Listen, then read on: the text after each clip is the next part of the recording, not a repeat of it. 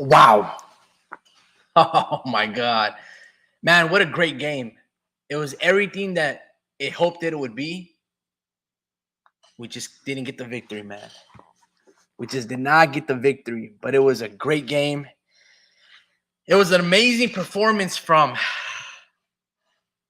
both sides. You know, when coaches talk about perfection, or when people are speaking about perfection in life, or in terms of a motivational speech, you look at that final drive that Mahomes did to win and to close out the Super Bowl in overtime. Even the drive that Brock Purdy had, right? It was also damn near perfect. And that thin line between, order and chaos, right? That thin blue line between perfection and failure really comes down to one play right here, right? Because if Brock Purdy, or if this number 68 right here makes a block, or just holds Chris Jones for half a second less, you got 15 right here, Juwan Jennings flat for a touchdown. And over here, you have Snead, who fell, and you have Brandon Ayuk open right there for an easy touchdown. But because this gentleman right here, or one of these two guys, missed their assignment and left Chris Jones unblocked, Purdy panics, throws a floater, even though it could have been a better floater where maybe Juwan Jennings can wrap his head around and have a little more time. But he throws it out of bounds because he doesn't want to get sacked in case they go for it on fourth down. That's the thin line between when coaches preach perfection. It doesn't mean flawless, right? It doesn't mean that it's one-sided completely, right? It just means one of these guys makes this play and Brock Purdy gets to throw either to Ayuk if he goes down his progressions, or to Juwan Jennings, his first read. Well, on the flip side, when Mahomes has the ball, they did those plays. To be honest with you, if McDuffie doesn't hold, Juwan Jennings way earlier in the beginning of the situation, when we, accept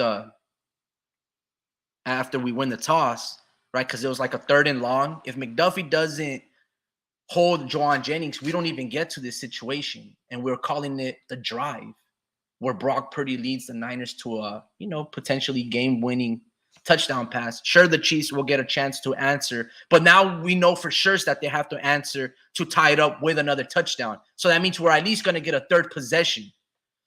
Nevertheless, this one play leaving Chris Jones unblocked, which I don't even understand how that happens. Like, that's their best player. That's like leaving Aaron Donald from the Rams untouched, not double teamed or triple teamed. Nevertheless, that's what happened. And that's that thin line between, order and chaos. From a Super Bowl win to a Super Bowl loss.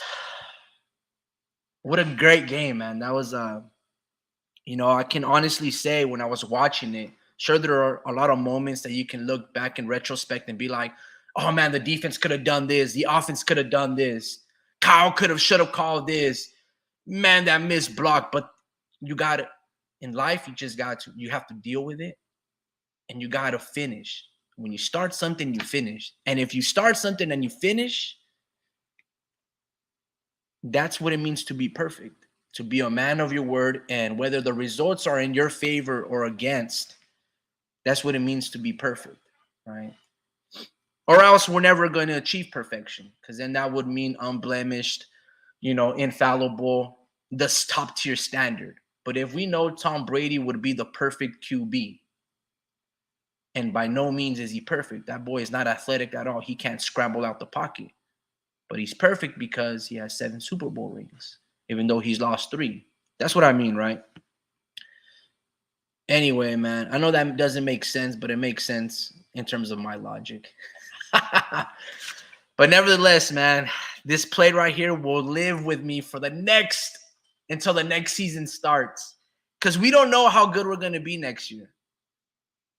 If I had to choose, get rid of Steve Wilks. I have not been a big fan of him all year. I still hold that sentiment. and give me Bill Belichick as a defensive coordinator. I'm sure he doesn't want to be a general manager. I'm sure he possibly doesn't want to be a head coach and take a team, like the Atlanta Falcons and make them into winners. Maybe he does. I don't know. But maybe the Niners should give him a call and be like, hey, Bill Belichick, are you interested in being our defensive coordinator? Kyle Shanahan will still lead the offense. He'll still be the head coach. But would you be interested in doing that? It doesn't hurt to call, because when some certain Patriots players are available, like Tom Brady, and we still have Jimmy Garoppolo, you have to go out and get those winners. Ask Bill Belichick, hey, bro, you want to be a defensive coordinator? Maybe he says yes. Maybe he scoffs at you. How dare you ask me for a defensive coordinator? Obviously, he's going to ask for some stipulations, but maybe he just wants a role to fill, and he would be the best defensive coordinator in the NFL, and that's available. If the Niners were to make that call, maybe we win, I don't know, 7 more Super Bowls after the fact. Kyle called a pretty good game. Steve Spagnuolo called a good game on that 3rd and 4th when McDuffie blitzed on the inside corner. That was such a great moment. Because if we convert that 3rd down and 4th, right, with 2 minutes left, and we just march down and we don't settle for a field goal, we just continue going and then run out the time. Man, we just win that game in regular time. It was man, what could have been? Yo, if you guys are Niner fans, I recommend you guys go to the 7-Eleven or wherever you guys have access to the San Francisco Chronicle or the San Jose Mercury or USA Today and get yourself a newspaper for like $3-4, because the front page of the San Francisco Chronicle looks gorgeous. It's beautiful. And the sports section looks amazing. It's almost like a tribute page as if we won, but obviously we came out on the losing end. But yeah, man, that thin line between being a champion and, going home in second place, it's a very thin line, especially in amazing games like this.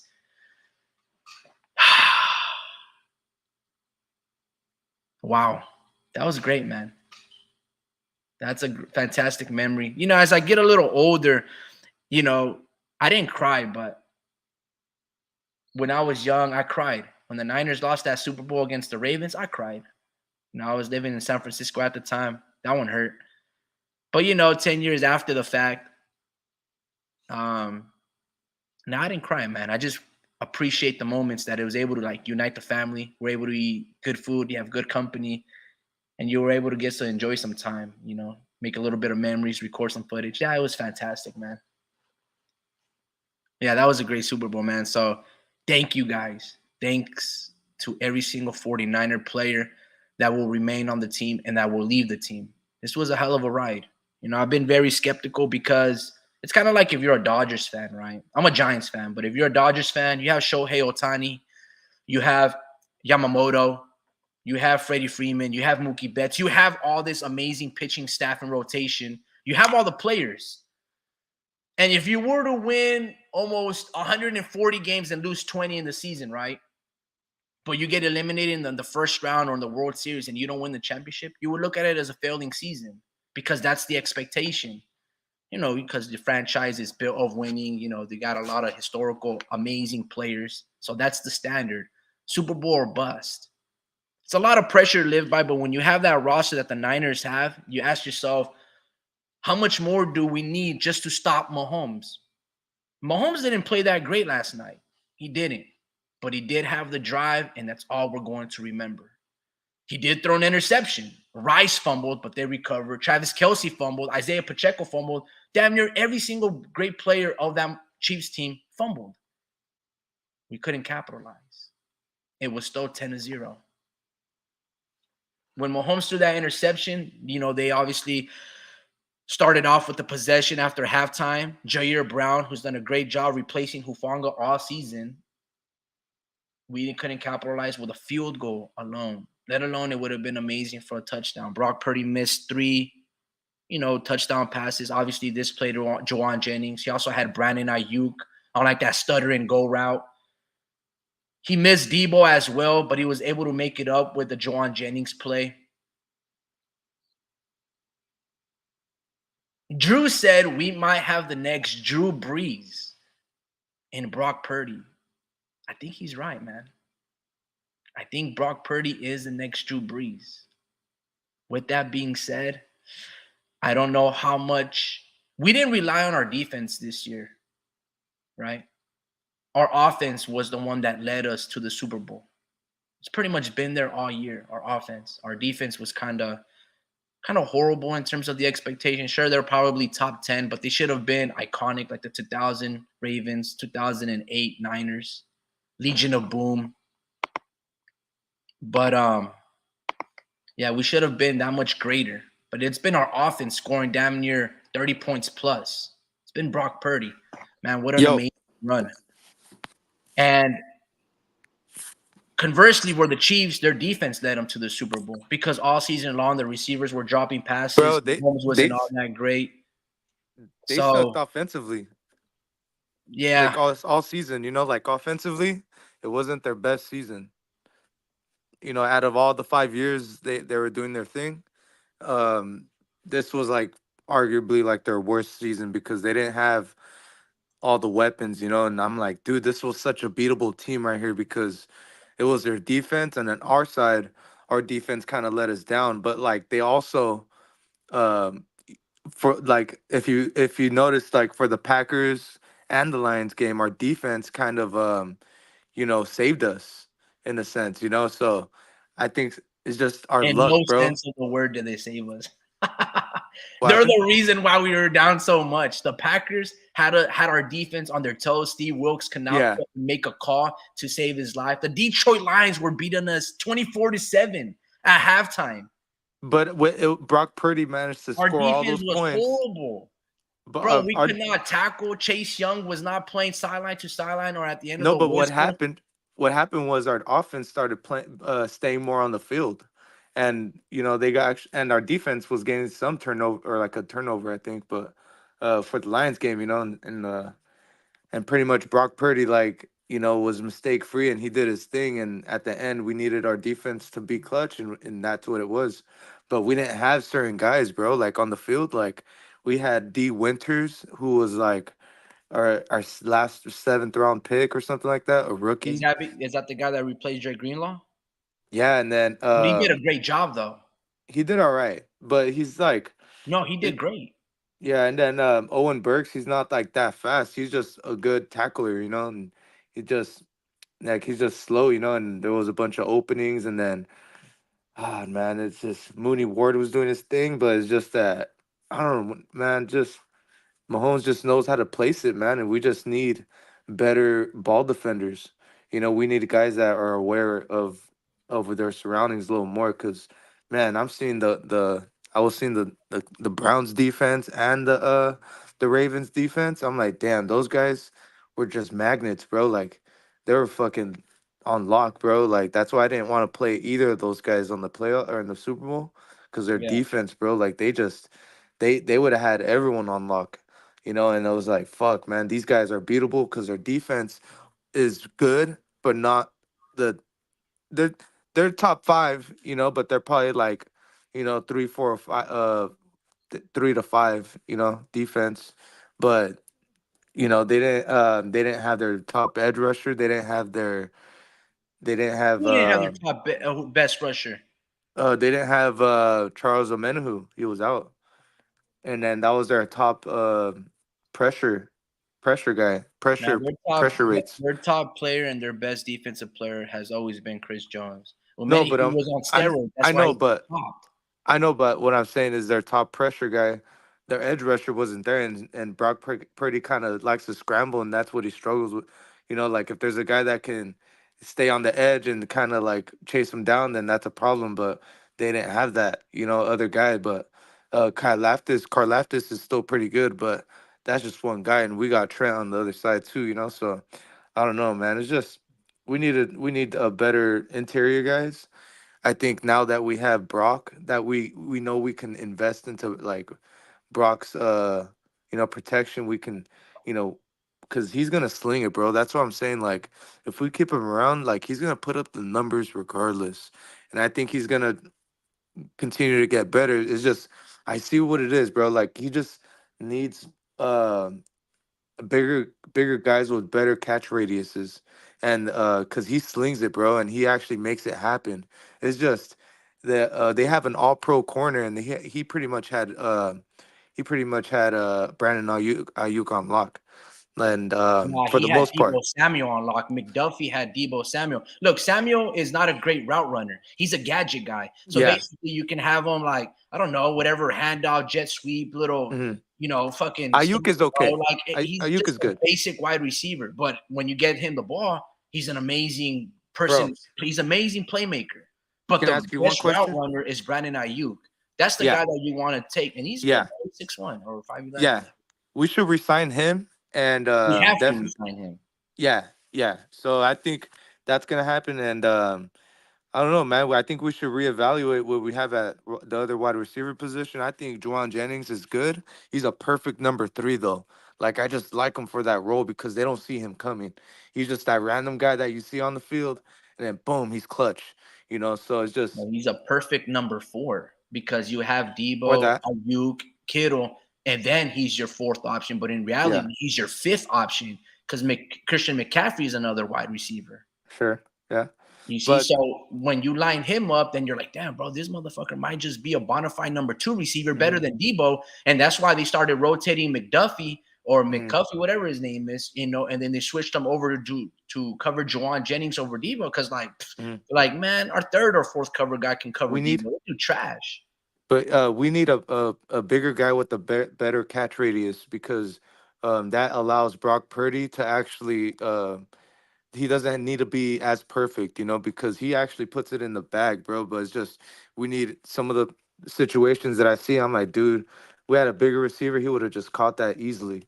It's just we need like uh I don't know, man. I don't know who's out there. I haven't even thought this far yet, So um, it's just at this point, I don't know like how committed we are now. It's like I know we're gonna obviously keep trying. It's just this loss was just deflating as fuck. So like I don't know how we go about things. Like I just hope we do make the right moves. Like I don't know how I No, would I feel feel. like, well, I just to cut you off really quick, I'm a little optimistic about the future because we don't have to make the right moves because we have 11 picks in the draft and we also have a I first know. rounder and we haven't had that for 3 times in like the Hmm. past 3 years. So that's one Yep. of the things that can give us comfort is that we can find depth. Now, with Hmm. that being said, you do have some areas of concern. For example, if you it's all predicated upon Brock Purdy. Does Purdy like to continue to get paid under $1 million a year? Or does he sit down and be like, hey, bro, I'm probably the next Drew Brees. I want a fat ass contract. And then you got to work around that. More than likely, you're not going to be able to keep Chase Young, Colin Farrell, Javon Kinlaw, or Randy Gregory.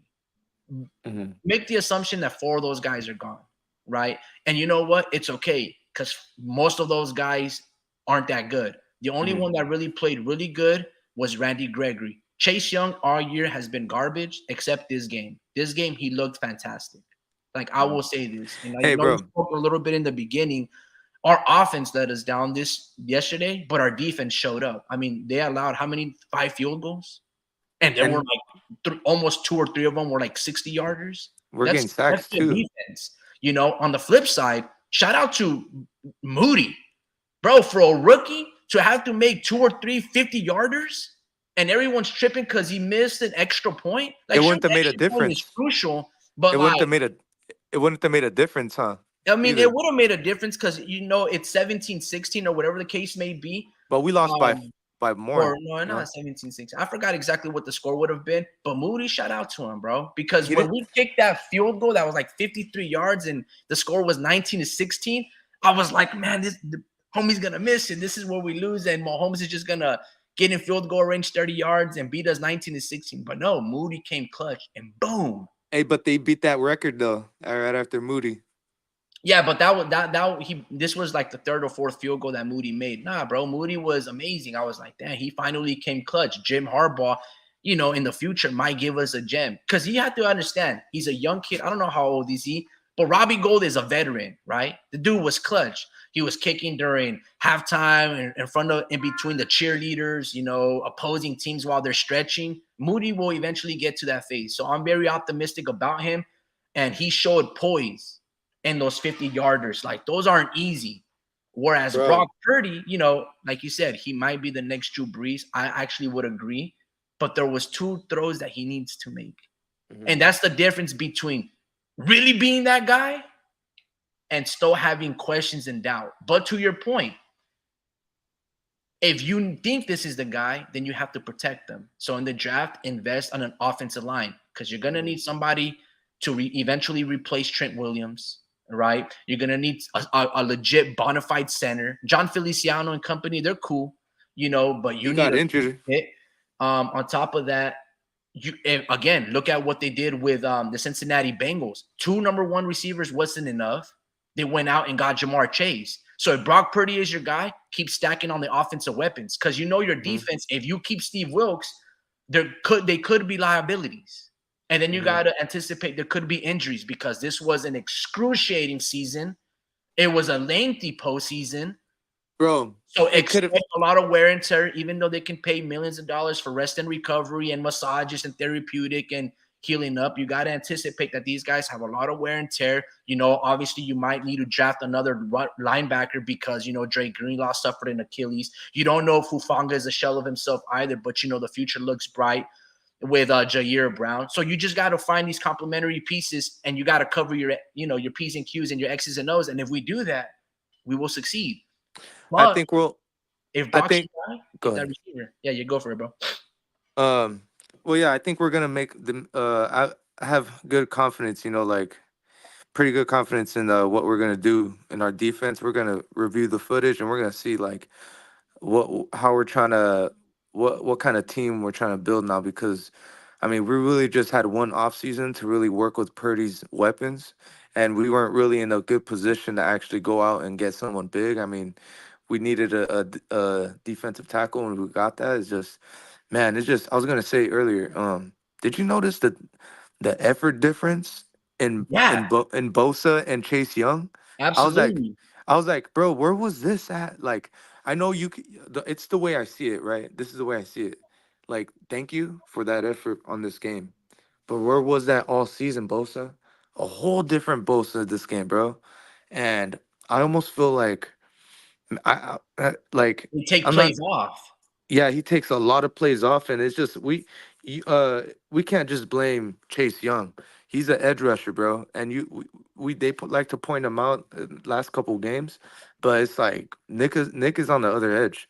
He should be able to make the plays as well, and Not it's only like, that, bro, what about up the middle with Javon Hargrave? Let me ask you, we paid him 100 million for I don't know 4 years. Not we, like you and hmm me, but the Niners paid him 100 million. You know, did he hmm live up to it? Did he live up to that contract this year? Absolutely hmm not.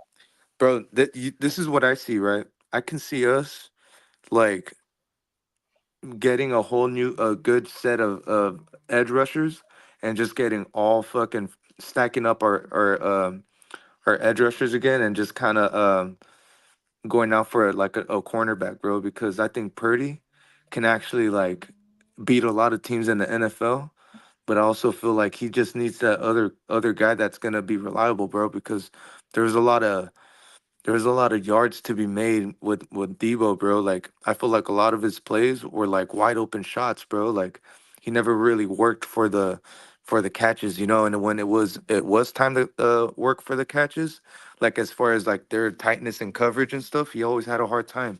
And you seen the drop balls in the Super Bowl, bro. Like those were really costly, bro. Like come on, man.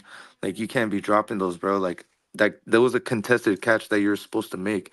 You're making that your rookie season, and it was just different for this game, bro. It's like, come on, Debo, like now it's time for you to be a wide receiver, and it's like, man, you got to be clutch, man. Jawan Jennings was more clutch than you, and Yeah. I just feel like he's replaceable. I think we need to get a different type of receiver, bro. Like we need a different element in our game that we're missing, and I think Ayuk was able to give that to us, but we need to have a bigger Ayuk on the other side, I get what you're saying. I just feel like all of these players complement one another. So you have your amazing route runner and skill guy in Ayuk, right? Then you have your physical, wide receiver that you need in Debo Samuel. Juwan Jennings brings that dog, that dirtiness that you need to block. Because if you watch Debo, he's a horrible blocker. But Yeah, if you you're watch, Juwan Jennings and Ayuk, bro, the they're as best, physical as you get. And then the you have your best Kittle. blockers in the game. Yeah, so I understand that you want but here's the question: if Brock Purdy is your guy, and I'm sure that he is, you don't need all those weapons. You have more than enough, right? Because if you're saying that this guy is Drew Brees, look what Mahomes had to work with. If Mahomes is your franchise QB, he can turn Rashee Rice into a stud. He can make McCole Hardman catch a 45-yard bomb and the game-winning touchdown if you just make those great throws. He can get I don't know, Marquise Van Scantling from the Packers and throw him a touchdown in the Super Bowl. So Let me if ask. Brock Purdy is your guy, he has to make those throws and the ones that he missed, Let me ask you under this. duress. Because see, Josh Allen misses those throws too every time he plays the Chiefs. Let me ask you this. Would you trade? Would you trade a Nick Bosa and a Brock Purdy for a Trevor Lawrence? Hell no. No, Nah, we smoked Trevor Lawrence 34-3. Why would I trade for that dude? That cause dude was bro, the biggest letdown from this year. That whole Jaguars team was a big letdown this year. Bro, that's why from building, from giving Calvin Ridley, from they don't have having no weapons. Travis Etienne and all those weapons, Christian Kirk, He's not good. Mercedes Lewis, amazing tight end, or whatever the He's case may be. Bro, the Jaguars trash, dog. nah, bro. You put Trevor Lawrence in the Bucks offense, he's gonna be fucking great with Mike Evans, bro. Like, come on, Possibly, but he also has Calvin Ridley, Christian Kirk, and them other dudes. those dudes are small, bro. And he also Like has Travis our wide Etienne, receivers. who's like 10 times better than the running back that they have in like Rashad White. Nah, I'll take Trevor, bro. He's still doing great things, bro. Like I'm still in full belief in Trevor Lawrence, bro. So I understand, but you're asking me if I would trade Nick Bosa and Brock Purdy for one Trevor Lawrence, and I'm saying absolutely not. Now, if you tell me on the flip side, would you trade those dudes for a Patrick Mahomes or a Joe Burrow? Then I'm probably like, yeah. Uh But I'm not trading Nah, for I'm just Trevor saying. Lawrence. Why would you say Trevor Lawrence? Now I'm just asking Hell you. nah, bro. I was just asking you, but like Oh, okay. obviously, Brock is our guy. I told you earlier. I was texting you. I was like, nah, dude. I'm Yeah, still. no. I'm This is not the first saying time Brock in. isn't our guy. I'm just saying the difference between winning this game and feeling the way in the manner that we feel right now is because he didn't make those two throws. He overthrew, Brandon Ayuk. He didn't make this fade route or give more time on the slant right here to Juwan Jennings. He missed Brandon Ayuk in the top right corner when Snead falls down. Now I understand Chris Jones is here. All right. I understand that these guys missed an assignment, but he had like two other throws that were very crucial that he could have had throughout the whole game. Mhm. And guess who also missed those throws 5 years ago? Jimmy Garoppolo when he Yep. overthrew Emmanuel Sanders. A lot of people were saying, oh, Brock will make this throw. He will make this throw. Sorry, guys. He didn't make that throw.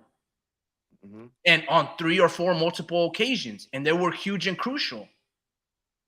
So what I'm saying is, I'm not saying that he's not better than Jimmy. He's way better than Jimmy. He sees the better field. He's got great Hmm. legs. Brock Purdy is amazing. Like you said, I will concur. He is possibly the next Drew Brees. Same Yeah. height, And same you seen intelligence, and same finesse. The dude is fantastic. you see how the like the comparisons though, like when he was with the Saints, bro, like they rode with fucking Drew Brees for about what 10. How many years was he with them, bro? Like he was, like the Saints fans love him, bro, and I feel like he's that type of dude in the Bay. Like I think He will be. he's just gonna keep putting up numbers, and he's just gonna keep being him, and he's gonna be consistent. Like he's type of dude to stay the same for years to come, I agree. and even when he gets money, bro, like that's the type of dude that I want. So Absolutely. he's a future, but I can see this is the thing though. Like, mind you, both the whole Bosa thing, right? We're gonna keep Bosa. I was just playing with all that. We're just Yeah. mad. We're just mad. We're just not pleased with him, but we can't blame I'm pleased him. with him. I'm You pleased with know? him.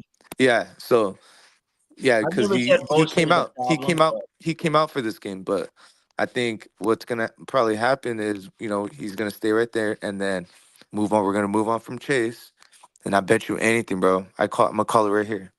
We're gonna go for Brian Burns. Brian Oh yeah, Burns from the if Carolina Steve Panthers. Wilkes is our defensive coordinator still for next season, we're picking up Brian Burns from the Carolina Panthers. We're I gonna can see get him, that bro. happening. And But I when we will get say him, this. I when will we say get this. him, when we get him, he's gonna put that 2019 pressure that we had with D Possibly. Ford. That's He's good, actually bro. interesting. That's a interesting. But before we get to all that, man, right?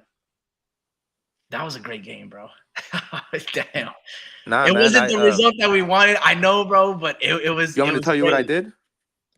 I just I remember I was just pissed, bro. Like I was like, fuck, man.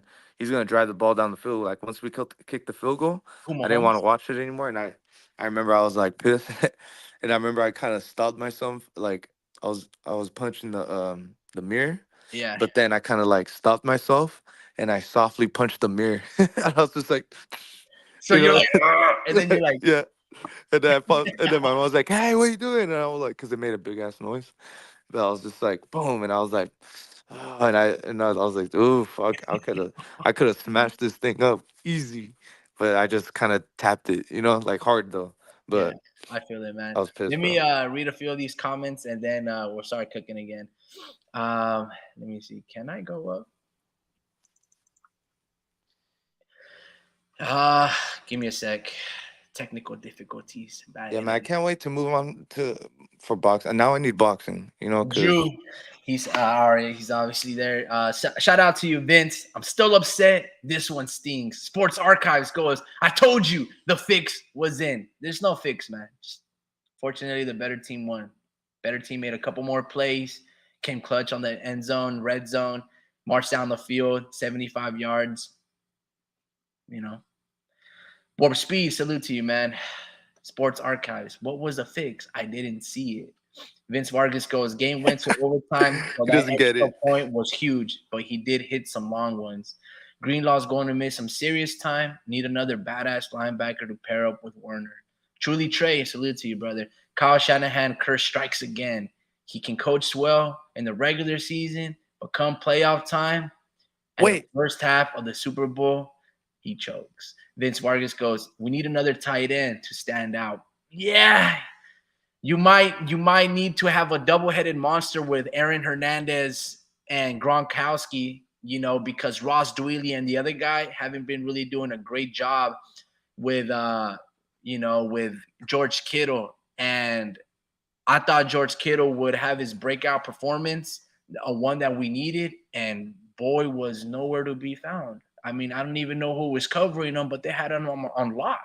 I don't even know if he caught the ball. Or I think he caught one, which is like a fourth down, which was a nice flat route, 5 yards. We picked it up, and I think that's when we ended up marching a touchdown to Juwan Jennings.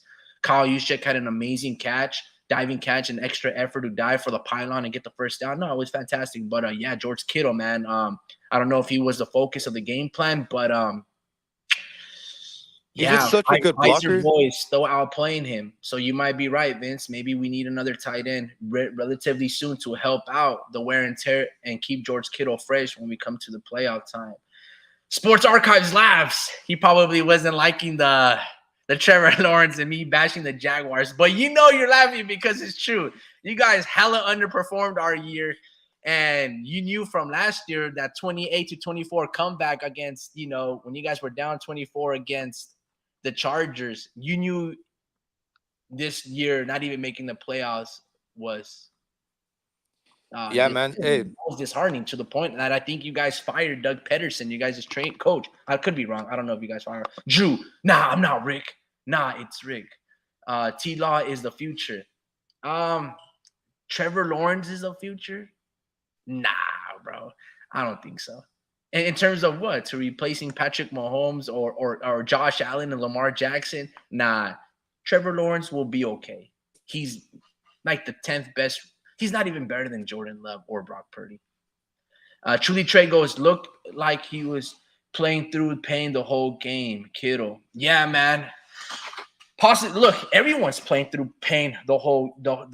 If you make a deep postseason run like both of these teams did, Everyone's playing through. I mean, you don't think Travis Kelce was playing through pain? They're all playing through pain.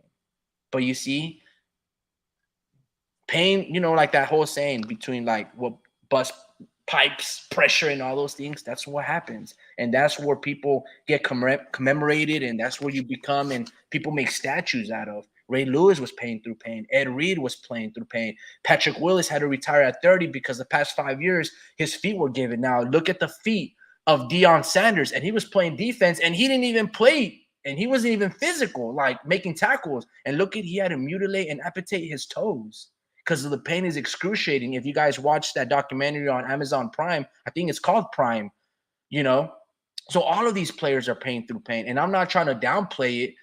Kittle is an integral part, if not one of the heart and souls of that Niners offensive team to get really motivated. But everyone's playing through pain. Sports Archives goes, yup, they pissed me this year. Yeah, I agree, man. I think we own you guys. I think the Niners own a couple of share stocks on that Jaguar Stadium after that 34-3 bashing, bro. It was pretty that was rough, man. You guys gotta ice up and cover for that one, because I'm pretty sure we're gonna play you guys next year. But yeah, no, very good point, Drew. Going back to Drew, the next coming of Drew Brees, which is Brock Purdy. You got to get him on the offensive line. He's what you have to build around upon, right? You get a receiver. That's who you get. You get a receiver. There's a lot of big wide receivers that are out here. You got Washington, you got Marvin Harrison Jr., like Vince. He's going to the Patriots. These guys are amazing, but most likely these guys are gone, right? Because they're going to, like, Chicago Bears are rumored to get them. All of these guys are going to go up and get these top players. But maybe you reach out to the Bears and be like, I'll give you a Debo. You give me that first rounder. And you give me that first rounder, and we pick up Marvin Harrison Jr. How likely do you think there will be a trade in the draft? Like, how likely do you think one of our big name guys that we've had for the past 5 years plus are going to get traded?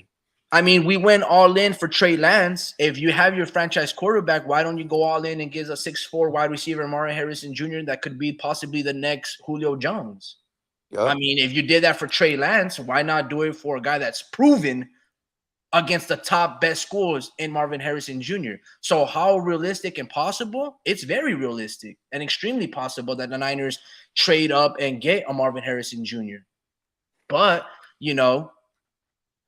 again, maybe we need him, maybe we don't. We're just this play right here.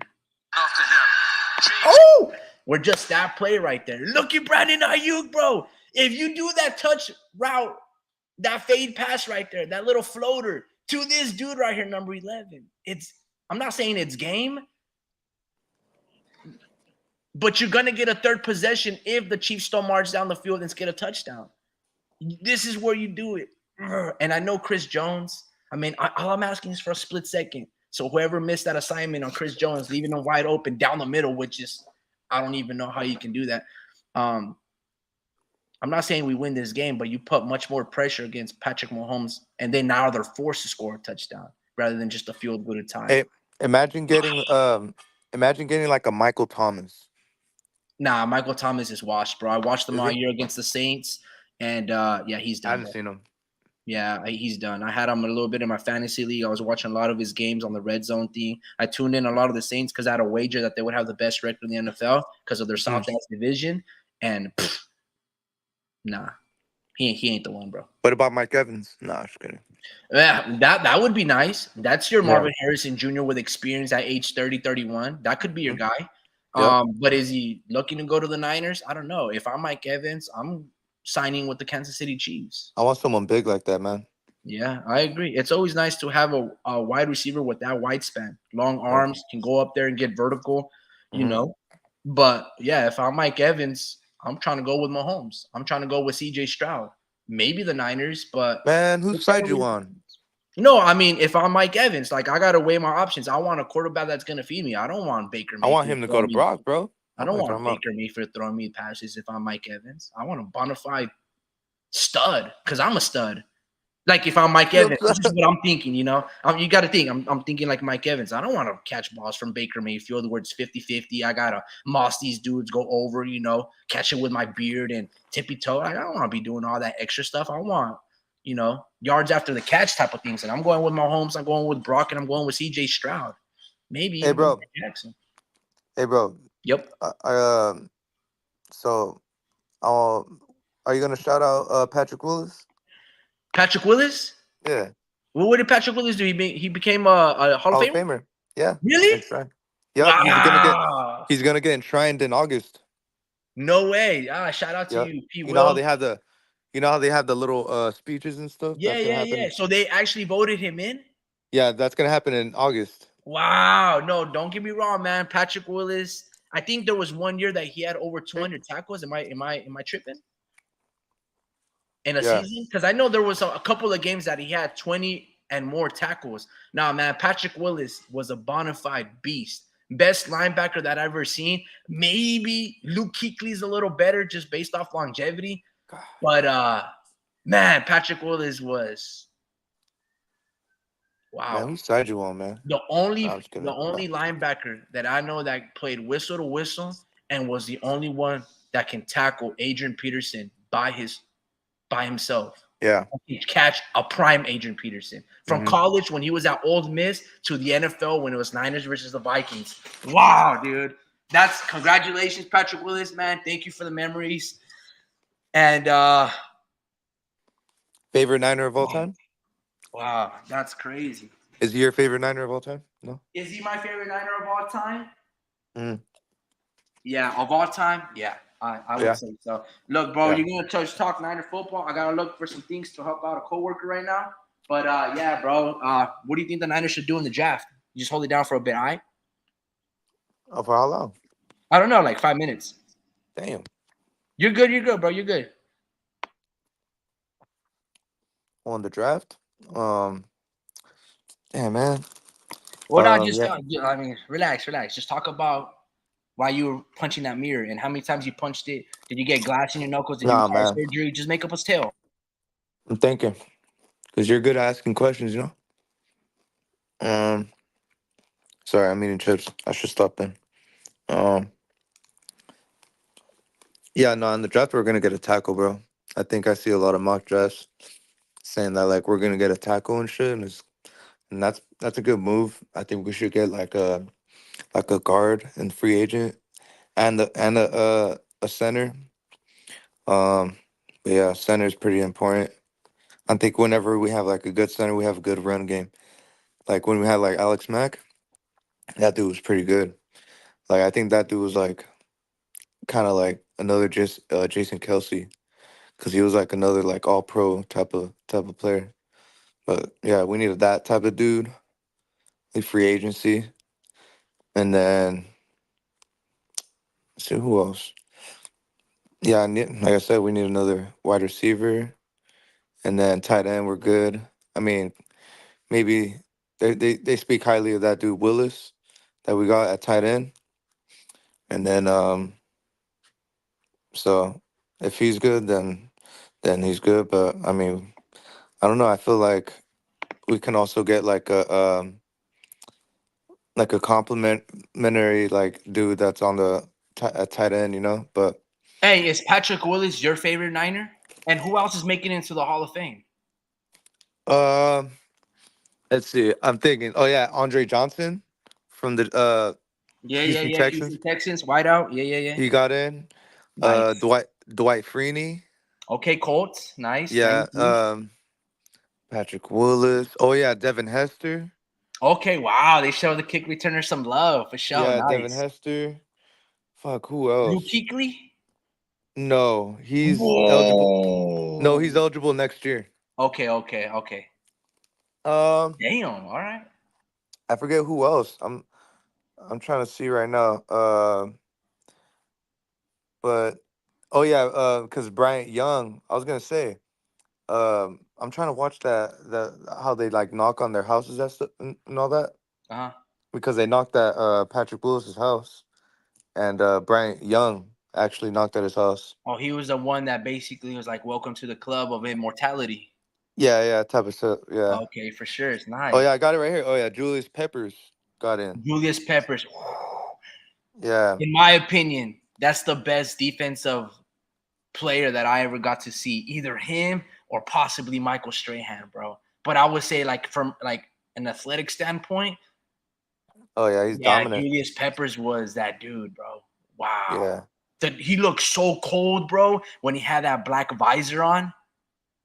Oh, I know. Wow. Damn. Yeah, he just looked like a beast. He had that I swag never, that you I don't never. really see from defensive linemen because, linemen usually wear that one bar down the center. Yeah. And nah, bro. Damn. Yeah, and Damn. because I'm used to like like I'm not used to seeing his face when I was younger. Like I was like, damn, I don't know how this Because dude he looks had a like. visor. You couldn't tell. It was like Yeah, seeing Brian Dawkins for the first time. You don't know how these dudes look. yeah, just like him. Like I for years I knew he was good, but I just for years I never knew how he looked like. Yeah, You yeah, know, and yeah. until he like retired, I was like, oh damn, this dude's like kind of like legendary type of shit. Yeah, yeah.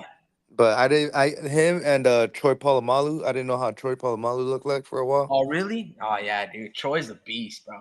I was like, damn, like I know he's Hawaiian, but Hmm. um, so yeah, I think those are it right there. Steve McMichael and a dude named Randy Gradishar. So I don't know who that is, but It's probably a the long snapper and the water boy. And I'm just joking. I don't know who those guys are. I you never know who heard the of them. finalists Look to were you, though, though. who didn't make it Who's that? before that. Like they have finalists and then they have the ones that get enshrined. Yeah, yep, yep. But it's Darren Who was that? Woodson, the safety. Darren Woodson. Yeah, he played for a couple of teams, but also the Ravens, no? Who? Wait, Darren Woodson or Rod Woodson? Darren. Darren Woodson? Yeah, he was with the Cowboys. He's pretty good, but Oh, not that. okay. Yeah, I'm not too sure. Reggie Wayne from the Oh, Colts. yeah, yeah, yeah. Torrey Holt didn't make it. Wow. And he was part of like the three Super Bowl St. Louis Rams team. Yeah, I think this is like the third or fourth year he didn't make it Wow, that's in a row. crazy. And then Rodney Harrison from The the safety safety. from the Patriots, yeah. Hmm. Chargers too. Antonio Gates. He didn't make it. Yeah, no, he didn't make it. And then Wow. Jared Allen. Damn. Jared Okay. Allen. That's Yeah, he was pretty good. He's actually yeah. from Los Gatos. Yeah, I like Jared Allen. I mean, I He's think he from San only had Jose. like one or two, three great years, like really great years, but he Uh-huh. had pretty good longevity. He's from San Jose. Yeah, Jared Allen was cool. Damn. Mm. And I guess Willie Anderson Jr.'s dad. Willie Anderson Jr. is a edge rusher that got picked like first or second overall Yeah. last year from the Houston Texans. But or I think I might be wrong, but yeah. But yeah, that's it. But Patrick Willis got picked over all of them, you know.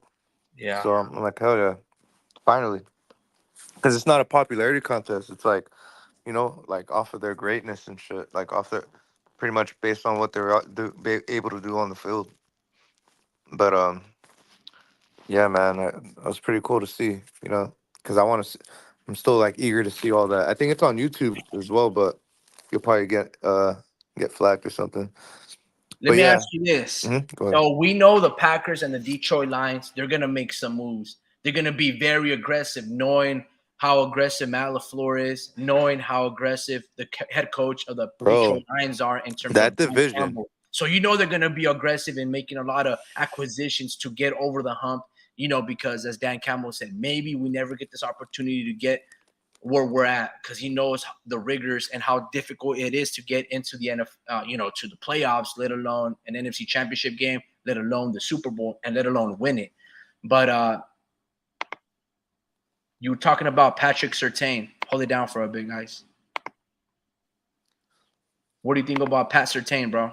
oh, What do you Pat think about Surtain. hitting a corner? Because those guys have three or four weapons that we were really getting burnt by all season before we get to it. But what you guys think, man? Yeah, no, Patrick Surtain, man, he's someone that I wanted during the season. I think if we got him, we wouldn't have been having so much trouble on the perimeter because he's fucking locked down. I think he might have could have been our best corner, and that's saying a lot because Moon is almost damn near a all pro. Is it all pro? I think it's all pro or second team, one or the other. But whenever you get those types of things on your resume, that's pretty good. But you know, that's somebody I want. I think that's somebody that another that we could possibly get. Um, Yeah. Dude, I wouldn't be surprised if we do some out of this world shit and get another safety. You know, because Yeah. we just love to get safeties, bro. Like we Look. overpaid freaking George Odom, and he's not even our starting safety. I remember us getting him, and I was hyped because like usually you pay somebody like I think it was like 20 mil or something like that, or 20 or 30 mil. I'm like, damn, this guy's good or something because he's getting paid bank, And then and I had never heard of his name like after that, like maybe some special teams plays, but I'm like, bro, this is what we paid all that money for, So I'm like, okay, we need to get we we need like or we already have. I like Jerry Brown. He's just a smaller dude. I think I wouldn't, be surprised if, that's it's just how we always been, bro. Like we just love to get safeties when we have reliable ones, but it's good that we have them because, at the same time, because, they get injured and stuff like that. But, if we can get like a Jesse Bates or like a big time corner, bro, like, that wouldn't surprise me, but I think we should. I'm hoping we get another corner. Like I said, um, a dude that's all pro status or somebody, bro. Like we got to get that dude Brian Burns as well. Um, Drake Greenlaw. We got to get a linebacker now because his Achilles just got torn. So it's like, bro, like that's exactly not exactly what happened to Huff, but something happened to his Achilles. He got pretty much juked out and he torn his Achilles. But yeah, he's still recovering till right now, and that happened like months ago. And I'm like, bro, like I thought there was an outside shot of him playing, but up until well, playing in a Super Bowl if we made it, but we made it and he still wasn't able to make it. And I think those types of injuries, the Achilles, takes a long time, bro. And that I'm like reading a bunch of comments. They're like, damn, they're not. He's not even gonna be ready for the regular season, And it's gonna be like, fuck, man, he's so good, bro. It's just how I just hate the way we approach.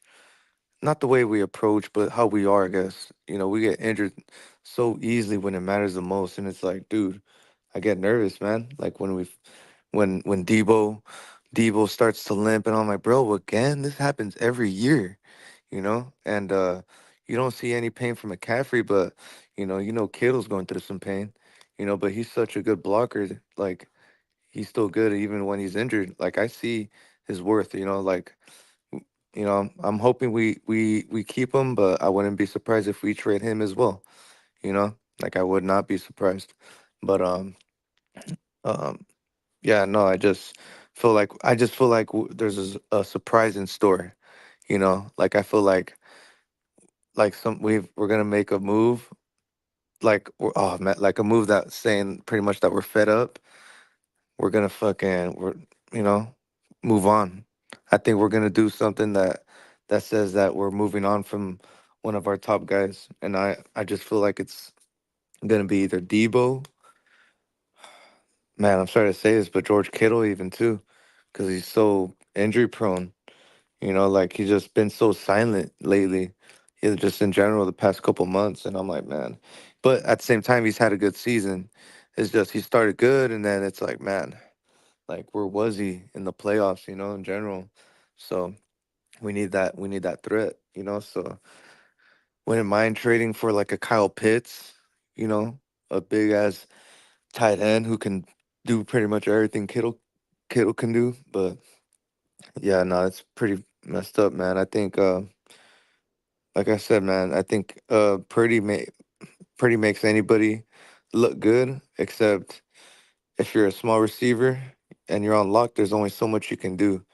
And somebody like Debo, small like him, he's a wide receiver. He still got the ball to you.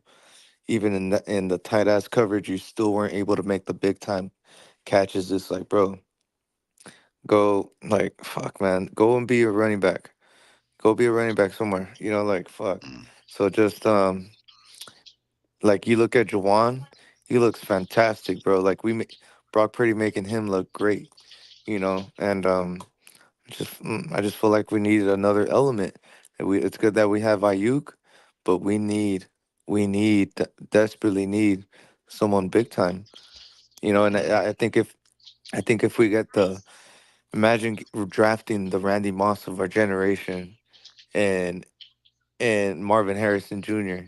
mm, and then Brock Purdy and this guy uh just end their careers with each other type of thing, like a Marvin Harrison and Peyton Manning. I'm not saying he's Peyton Manning, but that type of connection, you know. And I just feel like we get that, it'll change the course of our whole franchise for the next 10 years, type of thing. ten You know, years. no, because Brock Purdy's young. You know, Yeah, that's true. How old is he? so 23. if we pair him with Marvin Harrison, those are two young dudes in their 20s that are going to be great together, you know. But we need somebody at some type of caliber. That's why I was naming dudes like pretty much I said Mike Evans, who's like 6'4", and he's tall, you know. So we need just a big radius guy, you know. Like this is physics, man. Like there's only so much Debo can do, and he's just like pulling hamstrings and shit. It's like, man, Hmm. now that we're all doing full effort, we're getting injured now, huh? But I'm not saying Dre Greenlaw. That was just a fucking big ass. Oh man, I hate our luck, man. I hate it. It's like, why this gotta happen, man? You know, and I see Debo limping and I see Kittle in pain, and I'm like, why? You know, so that pisses me off. And I think we just need dudes that can run routes better and dudes that can, you know, we just, Jawan is good, but he gets shut down when their top corner is on him because he's just like a big receiver, but he's kind of like goofy, you know. But he's good, but it's just there's levels to this, you know. And I feel like Patrick Surtain would like lock him down easily, you know. And we need a dude that can contest a dude like Patrick Surtain, and and go up and get the ball. You know who can go up and get the ball higher. We need to go get. We need to go and get that guy. You know, the guy that beats everyone at that. You know, so and Brock is gonna continue to sling it. So that's what we need, man. Yeah, yeah. Let me ask you two very important questions, Drew, because you know, I'm trying to gauge. You're obviously a very informed, very involved 49ers fan, likely a season ticket holder. Maybe not in the way that seats are nowadays, right? Or maybe you are. Maybe you still can afford season tickets. But let me ask you: Are you? Did you break your television yesterday? I guess that's what I want to know. Did you all of a sudden just get all upset and you pick up your chair or some kind of a cold beverage and throw it at your 300 $400 60-inch screen TV and just break it and then start crying on your elbow about how bad it was that we reached so far into postseason, making it to the big game, and then just losing at the very last minute of overtime. Did you break your television and did you shed tears? um, yeah. So hold on. Sorry. Right when I started to answer, I was gonna cough. Um, Is that a nervous response, man? Is that what you're trying to do? You're trying to let everybody know that you're about to admit that yes, you did feel that heartbroken. nah. So so what had happened? Like I'm not sure if you heard me earlier. Mm. When when I was like looking at the mirror, and I was like, I'm gonna punch the shit out of this mirror. What?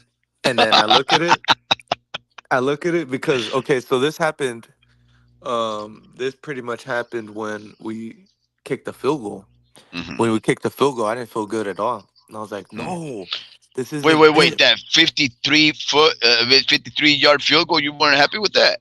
No, because I wanted to go for it. Like I knew Oh, Patrick yeah. Mahomes was Hmm. just good, regardless of where he was at. I was like, no, I don't want it at in Patrick Mahomes' hand. Why would we Hmm. give it to him? Hmm. And Kyle Shanahan just got spooked, and it's like, no, we need Brock Purdy to go for it, like we need him to go for it. I think we should have gone for it, Hmm. and I rather blame our offense than our defense, but we blamed our defense, which was so fixable, Hmm. but I just feel like, yeah, I just feel like we just thought, like in general, I'm just saying, like we just thought Chase Young was gonna put us over the edge and make us super dominant, but it wasn't how it panned out to be, Okay. and we were really relying on that, So what and happened with the mirror, though? I didn't hear the story about the mirror. oh yeah, yeah, yeah, yeah. So there That you are. You got this big old crazy, wall-sized mirror, and you're just so full of emotions. You're disappointed that Kyle Shanahan didn't go for it, and you're looking at your own self, right? Because that's what happens in the mirror. You're looking at your own reflection. You're looking at your own self, and you're thinking, "I want to punch this image before me," which is basically you. Then what happens? I was standing to the side. Okay, so you. So it was the TV. Yeah, I'm just kidding. Okay. But now it was and I just looked at it and I was like, I was about to punch it, like kind of hard, and then I remember just stopping myself. I'm like, "Ah," and I just tapped Mm, it, but I still tapped it kind of hard. And it mhm. made this big old noise, but I didn't break it, so How's your hand? it doesn't hurt. I mean, I didn't hit it hard. Okay. Yeah. Yeah.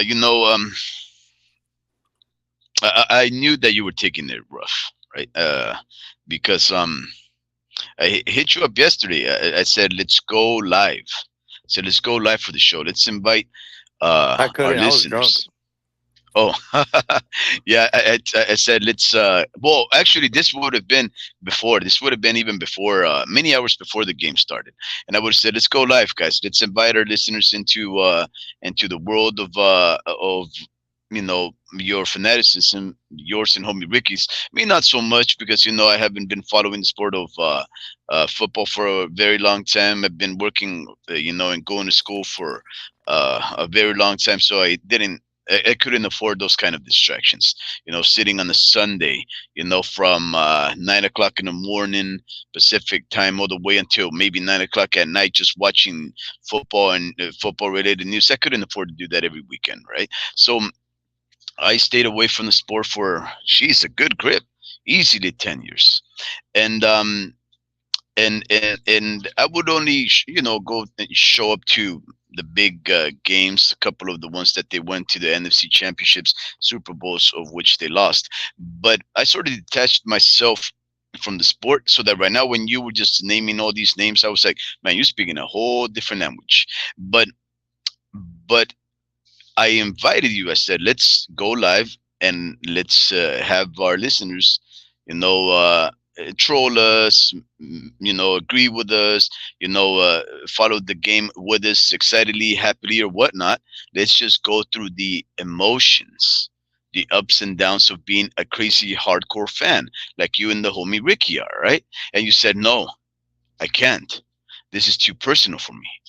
You didn't want to reveal yourself as an individual that has vulnerabilities and attachments uh, to something so significant, uh, and you said no. So when Yeah, because they lost, I have other people with me. yeah, no, no, no, that's fine though. But what I mean is that you had stated no because you didn't want to even be out there to put yourself out there, No, your emotions out there. they don't want to put themselves out there. I have to be in the room by myself to be on this. Mhm. Okay.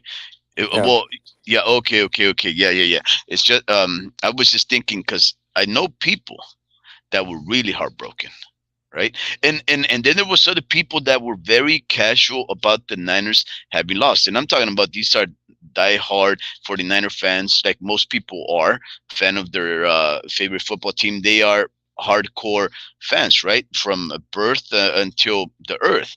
And and I was watching some videos about some of those hardcores that took it very bad. They were crying, they were breaking televisions, and then I saw other people that were in my life, at least personally, that were very mature and just more reasonable, and the way that they were taking the woes and the hurt of having their team lost. All right, and I asked homie Ricky, and I'm gonna ask you too.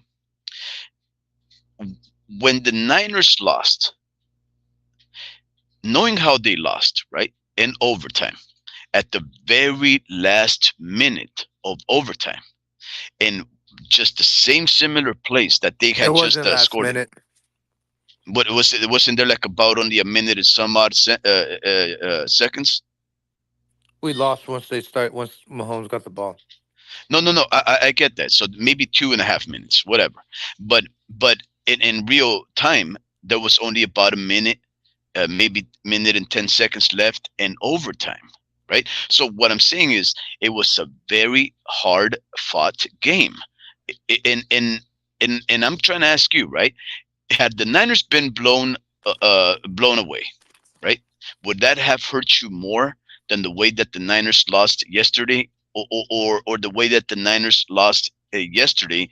Uh, did it hurt more than being blown away? Because in my case, I saw people sort of have a limited time frame to suffer, right? Because it was only really 1 minute, right? The way that they saw it, and and they weren't taking it as bad. So allow me to ask you: was this a game that could have broken your heart more, or was this, acceptable in comparison to what you could have imagined they could have lost?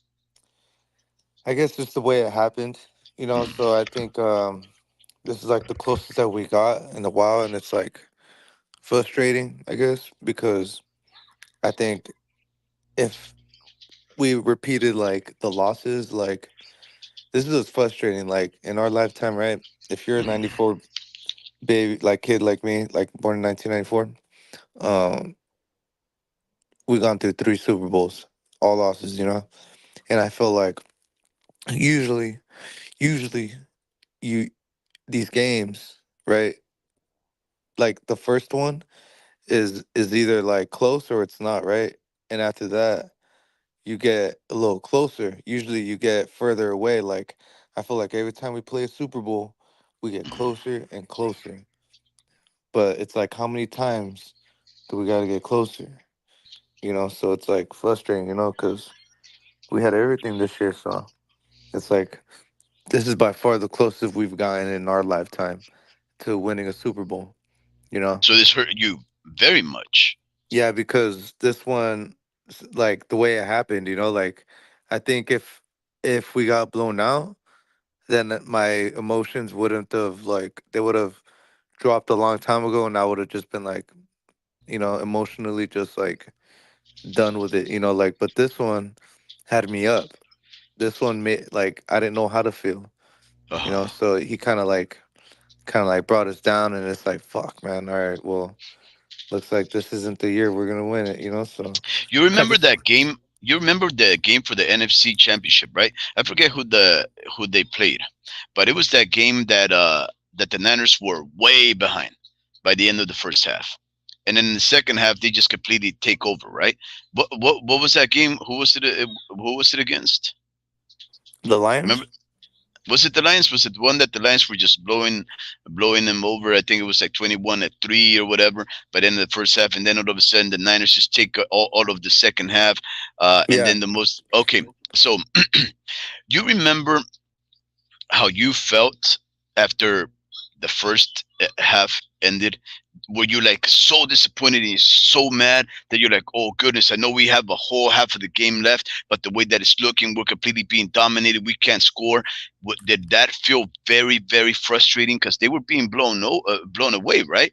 Did that feel like if they continued to play like that, and if the Niners had lost in that fashion, don't you think it would have hurt you more knowing that from the beginning of the game they would have been blown away, and you still had so much game left to feel miserable? and to soak there in your emotions, watching that the Niners were playing futile, and every effort was for nothing. You don't think that would have hurt you more, knowing that you had to endure a whole long game of the Niners not being successful and effective at what they wanted to do? Yeah, dude, it's harder, like um so this isn't comparable like to like the Bills. The Bills in the 80s, I think, went to the Super Bowl like 3 or 4 times in a row and Hmm. didn't win it once, if I'm right. And that's different type of pain because those are all AFC championships right there that you won that has you on a high, but it's like by the fourth loss, it's like your emotions are just kind of like ready for it, like it's just not worth, like you're just drained. You're just drained as a fan. It's like, like so this is just two losses. I mean, that are, close back to back, pretty much the same type. We're using the same, like players, you know, Hmm. and no, pretty much like the our main guys have gone to 2 Super Bowls and they let us down. And yeah, so I think if it's like, the Bills, they had the same guys, some of the same guys for 4 years that never won the Super Bowl, Hmm. and it's like for just a set of guys to let us down, it's crazy, man. It's like, that 2012, 2013 team that went to the Super Bowl, there was a lot of things wrong. I feel like if it was like Alex Smith, like if we would have like won that Super Bowl, but I don't know, that's just me. But, you know, um, we didn't go back after that, and it's like, all right, like it kind of like, I guess the reason why I'm not as mad, I was more pissed in 2020. I was like so hot, bro. Like I was like for a whole week, man. I didn't want to go on and Yeah. on ESPN or nothing like that. Oh I wow. was mad, bro. So I was like, nah, I'm done. You know, the reason I'm asking these things, Drew, let me just wish a couple of our listeners good even fall. I'm gonna ask a question that it's not even a question, it's more of a statement. A new listener, Mark G, just deposited. He states, Kansas City got lucky with that muffed punt. After that, they found momentum. And I'm not too sure if he's talking about the punt, any of the kicks or punts that KC blocked, but the KC was just blocking all kinds right there. I mean, they must No, have what blocked happened? about three different things, right? What had what had happened was the ball hit Mhm. one of our guys, one of our Oh, that corners. one. Oh, that's what. Okay, yeah, that's where I Yeah, was barbecuing. I didn't but see he that one. did but he did have a chance to get the ball and save us. But it Mhm. was just muffed and he didn't kind of know he just couldn't get his hands on it. And I mean, that's not really his. I seen that. I was pissed at Ray McLeod, the punt returner. I was like, bro, what you doing? But I've seen it. It was that dude, a dude named Daryl Luther. I Yeah, think we drafted him, so he wasn't a high draft pick. But I mean, we need to start putting guys on the spot or something, man, because we need to, you know, like yeah. we need to draft, like, like I said, better corners. Okay, so let me take this opportunity to wish a good even fall to Mr. Vince Vargas and Sports Archives. Truly, Trey, of course, thank you very much for hopping on the live. And of course, to our, what I reckon to be a new listener, or at least a first time commenter, in Mark G, good even fall to you, sir. Yep, he agrees with you. It was Daryl Luther, and you can't get mad at Raidway. He saw a ball hit Luther. He tried to save it, but it didn't work. 49ers need two bolsters that OL offensive line and have a Tyreek type wide receiver. Um, you know, the reason I'm asking all of these questions, right? Yeah, we need that True. guy. Yeah. The reason for that is because I when I was watching the game, one of my nephews,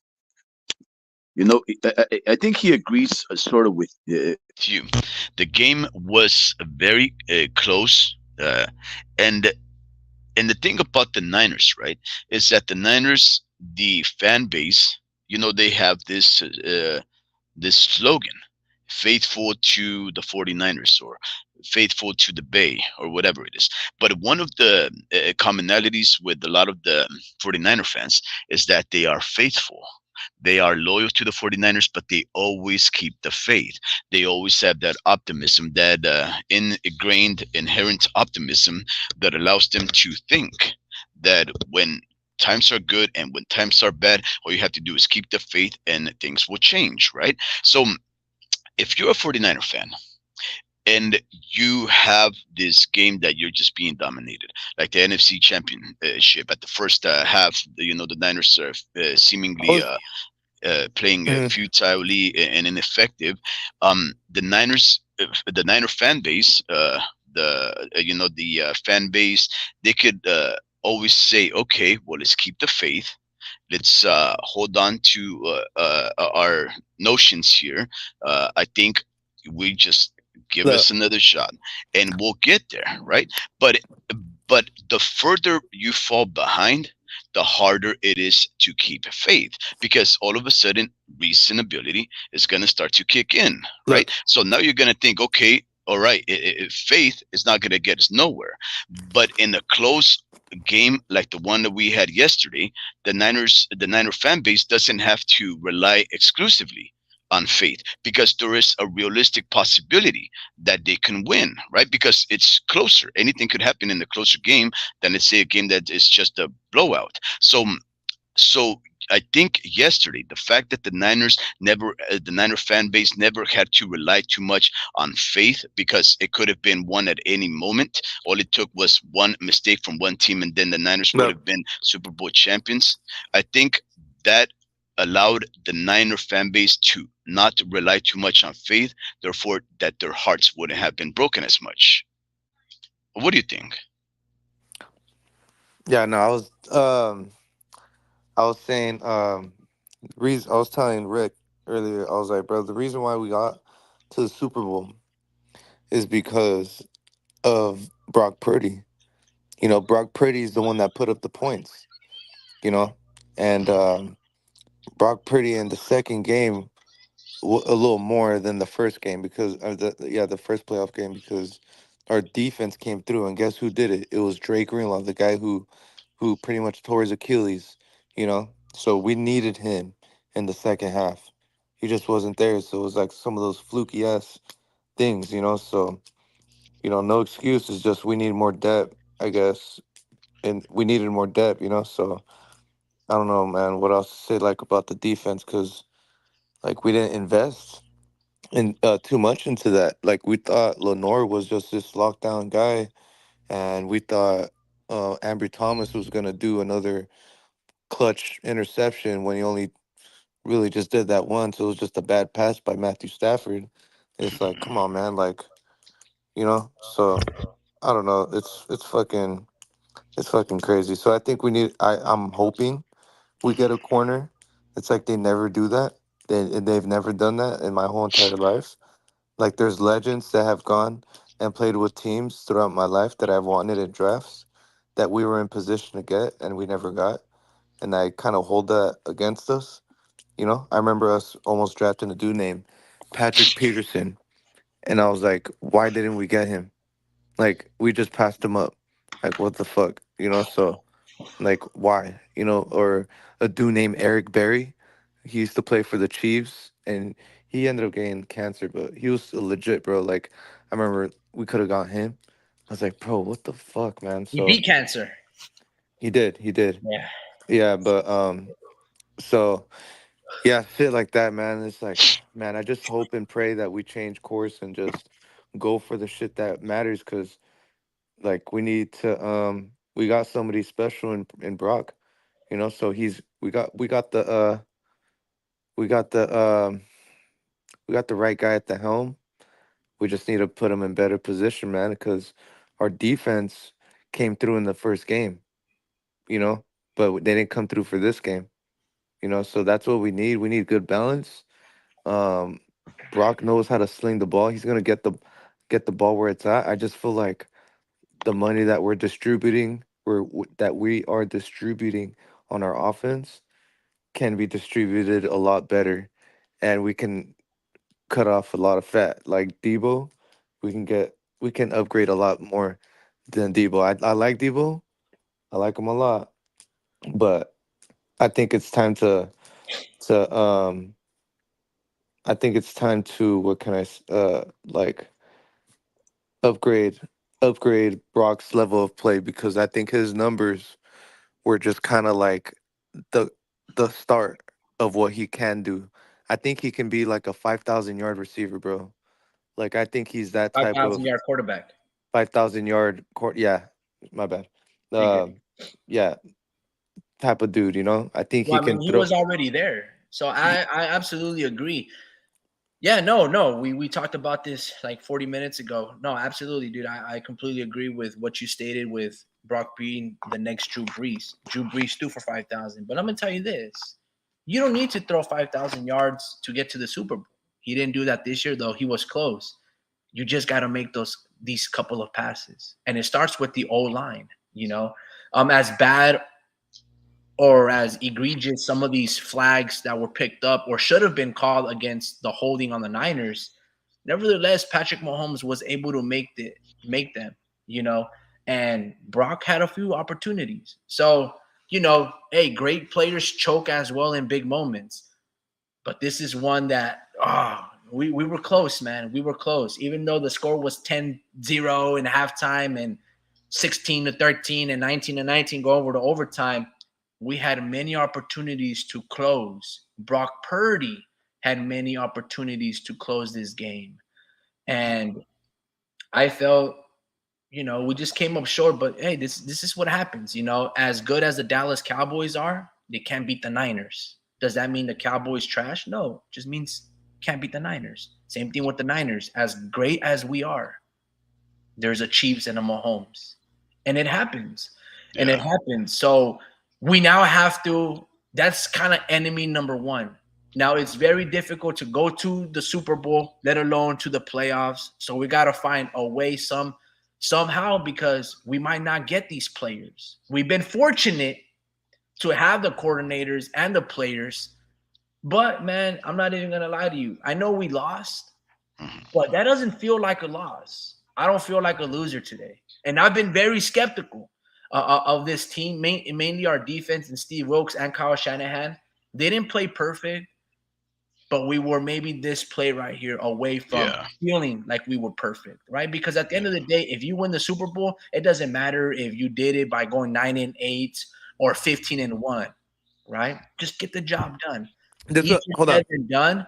But when you have this talented of a roster, you're like, damn, how come we couldn't get that many sacks? I Look, was gonna say. hold on. I'm not gonna say this. You guys got to talk for 30 minutes while I was out talking to my coworker. Hold on, man. I want to say Yeah. this. Yeah, Huh. sure, Brock Purdy throwing for 5,000 yards, he can do that. I completely agree, right? But you know what's more impressive? If our defensive line, all of those $100 million players, they gave us 60 sacks throughout the whole year, 5 sacks per game. Let's just say Bosa was a player that got 10 sacks. Chase Young, 10 sacks. Javon Hargrave, 10 sacks. Eric Armstead, 10 sacks. Randy Gregory, 10 sacks. If they gave us 50 or 60 sacks the whole year, I would be like, damn. Or even 70. Or they broke the record. And Nick Bosa broke Michael Strahan's record. Then I'd be like, damn, that's the type of defensive line that I would rather have that than a quarterback throwing for 5,000 yards. You get what I'm saying? So that's what I mean when that was my expectation because I was like, bro, this team might be overall more talented than the 2009ers the mid 2009ers that we had with Willis and Alden Smith and Justin Smith. This team right here, based off name alone, but the reality was not that. So then you start thinking, is it the players? Is it the effort? Or is it, Steve Wilkes? Because back then we had Vic Fangio. And Vic Fangio didn't reinvent the wheel. He didn't blitz as heavy as Steve Wilkes does all year. So I'm Yeah, like, yeah, sure, we had Justin Smith, Alden Smith, Isaac Sopoaga, Ahmad Brooks, Navarro Bowman, and Willis, right? but look, Our corners were okay. now that you mention Carlos that, Rogers is not a world beater, and neither is Terrell Brown. But how do they somehow play better altogether than what we were able to do this year. And because that's they what I went just can't accept. I'm like, damn. because we went for a top defender in the draft in Alden Smith, and we Yeah. hit. And even then, we didn't even know how great he was going to be because he was like Eric Armstead. He was just, he had the height, he had the extremely long arms. You know, he was only 19 or 20 years old. And guess out, it worked out. It worked out because when he came from, where did he come from? He came from like Who? Missouri, Alden Smith. He Yep, came out Mizzou. like Virginia Tech or something like that. I don't really Mizzou. remember. Yeah, Mizzou. So I was like, he didn't even have that much experience, but he dominated when he was a Niner. He even was pretty good when he was a Raider for a bit, right? When he shot himself and then we dropped him and all this. Like sometimes it works out, but regardless, man, I had extremely high hopes of this defense. I didn't like the way Steve Wilkes was coaching them. And I was just like, wow, dude, we really went on a 3-game losing streak, which is not big in retrospect, but it's like against the best teams or the top defenses, I was like, damn, we're coming up short. I didn't Mhm. like how Kirk Cousins picked us apart, but it's neither here nor there. We still had a winning season. We ended up going to the Super Bowl, and all in life you can ask for is an opportunity, but Yeah. not an opportunity where it's stripped away. Just give me a fighting chance. And Wait, are you playoff year, quoting we had me? that fighting chance. We had that fighting chance. We could have won, but we didn't, and it's okay. I think you're quoting me. I think those are my exact words, It's my okay. words of wisdom. Homie Ricky It's and not you, okay. Drew, the homie Ricky and Drew. I asked that question. Uh, if however you lose doesn't matter, right? And one of our new commenters, Mark G, states that a loss is a loss. It doesn't matter how they lost. And No, it and matters how you lose. It yeah, matters. How you lose. and I was gonna say, right, because Drew says, every time that we've gotten to the Super Bowl in the past, 30 or so years, nearly 30 or so years, we've been getting better. I mean, closer to becoming the Super Bowl champions, right? And and I do think that it really does matter how you lose, right? Absolutely. Like for example, I just think I know that I'm the first one to always say you cannot use any comparisons of the sport of boxing to football because they're two different sports and No, two a different lot of ways of similar. approaching things. Yeah, but and a lot of very glaring differences, right? And I think about my son when he started his boxing career. He was about maybe at most, I don't know, 6 months in, right? And he had this southpaw that he'd always face, um, who was already a nationals fighter. He'd already traveled the United States to tournaments. This guy had already been, I don't know, 5 years into the sport or whatnot. And when my son first started to spar him, that boy, he would put hands on him, right? My son started off late in his amateur career. He started later. 6 months in, the boy was just putting hands. He posed too many complicated matters for my son to be able to like figure them out too quickly. And then, well, actually, maybe like around 3 months in is when he started having those problems. And then 6 months in, my son was having more success. A year in, when they ended up having their actual fight in amateurs, like this was for a scratch as a win or a loss in their little USA boxing book. My son took him. He figured him out. He beat the boy. He outclassed him, and he just made the kid look like my son had been the other guy. Like my son had been an experienced fighter against national fighting southpaws, like his competitor had years Long story over short, him. how does this compare to a football? When you continue to get better, it allows you to feel optimistic about your future, right?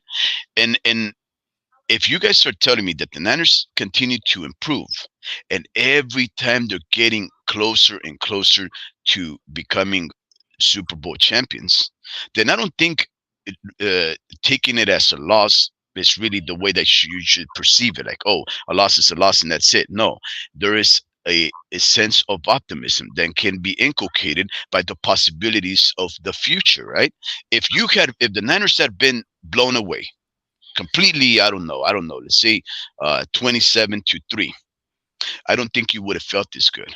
I don't think we would have had this life. I think you would have been soaking in your tears, trying to stay away from all the trolls and anybody who would come over here and ridicule you for having flown your flag so high the day before. You see what I'm saying? I think it does matter how you lose. And I don't think the way that the Niners lost yesterday is something to really feel too bad about, especially with a quarterback like Mahomes in the KC being such good former champions. Them having been the Super Bowl champions last year, and then of course the Niners having lost in overtime in the last minute of that extra playtime. Yeah, Yeah. no, I agree. I would just correct this and say this. It's not that the Niners have progressively gotten better every single year. No, this is a winning team. This is almost, I mean, even though there's not like identical players, but there's a lot of similar players that we had on this team that we had back in 2019. Sure, there's a couple of changes, right? Brandon Ayuk, we didn't have him. We didn't have Chase Young in that defensive line, though we did have like DeForest Buckner. No, I'm not going to name all the names and players that we had or didn't have, but it's just a similar nucleus team. Different players, of course, each year is different coaches, so after 5 years of, you know, changes, there's always going to be changes. But we've have a winning culture. We have a winning head coach. We just haven't had that Super Bowl winning. And that's the difference. It's just the expectation. But it's not like we've progressively gotten better, because we can also say that we've also, for more or less, gotten worse, right? Because it took us 5 years from 2009 to get to the Super Bowl. So that time span of 5 years is not bad as in comparison to the Cowboys, who they haven't gone to the Super Bowl since 1995, whereas we have gone to it 3 times, just haven't won it. You see? So that's just the biggest difference. The problem really is we can't beat that team that beat us 5 years ago. And you're not misconstruing your words or anything, or saying anything that's bad or, like fallacious wrong or anything like that. No, it's correct. But I just wouldn't say that we've, constantly year in and year out, we're getting better. Because last year we were a really good team. We were also probably one of the favorite teams to win it. But, Brock Purdy got injured. This year we had Brock Purdy. So then now what's the excuse? Last year you could be like, oh, well, Brock Purdy got hurt. Well, then you shouldn't have put that tight end to block the best defensive lineman, Hassan Reddick. Okay, now we have Brock Purdy. He's our savior. So then how come we can't make this pass? So then you start to question certain things, and you're like, okay, what's wrong? Like you said, if we win ugly versus lose beautifully, it doesn't matter. A loss is a loss. And the answer is no. A loss is not just a loss, because as Speed said, if we get our ass blown out 27-3, then you're making radical changes. Maybe you change the head coach, but because we were right there, it almost took us double overtime to lose. Then you realize, man, we just give, Brock Purdy an offensive line or a better one, so he has more time to hit this open receiver, Juwan Jennings, or this wide open Brandon Ayuk. But because we had a couple of linemen banged up and they're a little older, and that's like our weakest link, Yeah. that's what we focus on. But again, is this, when you focus on certain area, you can't focus on every single thing. So you're gonna have to compensate a better offensive line and get a weaker defensive line. But now, like Drew said earlier, 45 minutes ago, Drew Brees is Brock Purdy. Brock Purdy is Drew Brees. He's our guy. We give him a 6'4" Marvin Harrison receiver. We bolster up the offensive line. Okay, if that happens, now you're focusing a lot of resources and money on the offense, and your defense regresses. So you can't just be perfect, guys. You have to make do with what you have. You see, look at Mahomes. They were struggling. They didn't have any receivers that are equivalent to Brandon Ayuk, and they have an aging Kelsey, but they made it work with the Rashid Rice and Isaiah Pacheco. And none of them had over 100 yards on us. I don't even think those guys scored a touchdown, maybe Pacheco. So what I'm basically trying to say is this: how much better can we possibly get if it wasn't this team? At the end of the day, it's like this, right? I think Drew hopped off or something like that. But Yeah, he got kicked out. you can't ask for perfection. You just got to get it done. We can get a lot better. We didn't get it done. We don't know when we're gonna go into the Super Bowl. And you honestly, those questions, I don't really care to ask them, but I want to say thank you because this last night's game, that was fun, man. That was fun. And even though we lost, I don't Man, we really feel like lost. a loser because our defense finally showed up that I know how good they could be. They could have been better. Nick Bosa could have contained more rather than always crashing the box. He could have chipped Kelsey. He could have dropped him to the ground, stayed on top of him, and kept Mahomes in the pocket on some of those QB option draw plays that Mahomes ran for us and for critical first downs and like a 34-yard. That was a lot of our problems, but what an entertaining Yeah, game. we have a bunch of like What a high great game. What a fun game. And I'm just glad I was able to experience it, bro. That was dope, bro. Yeah, That was sick. yeah, yeah. I agree with you, homie Ricky. It was a great game, actually. Great, Yeah. great game. yeah, we need to like like get higher drafted O linemen. We need to get the highest rated like guard out there on the free agency, and we need to start putting money into them, bro. Like I think it's time to invest in Brock Purdy now, and he just needs time. When he gets time, you've seen him what he did with this line that he did, with or like that what that he had. I mean, he was able to scramble around and even avoid some sacks. But Yeah. when you got a dude like Chris Jones coming up, like this dude's like, pretty much a Hall of Famer, bro. Like, so he's up there, So when you got a dude like that coming up in the middle, and you got a dude that's undrafted in the center, because the John Feliciano's out, it's like fuck, man. Like he's gonna tear him up all game. There's just no way in chance in hell he's gonna be able to block him. You need to double him up, and when you double him up, guess what? Karlaftis was right there, and it's like fuck, man. Like it didn't matter, man. So I think that O line definitely does help, but I also feel like Well, um on that, I I think also, I also feel obviously like I it also was a feel like broken assignment.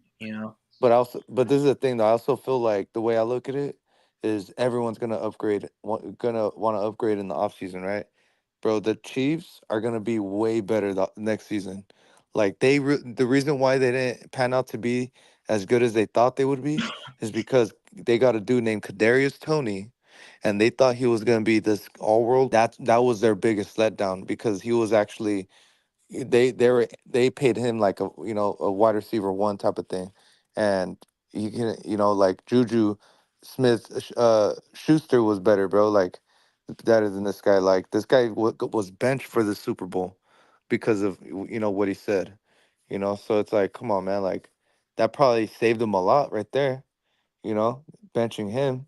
So it's just having what imagine what they can have you know, up like they can have so many upgrades at the wide receiver position, bro.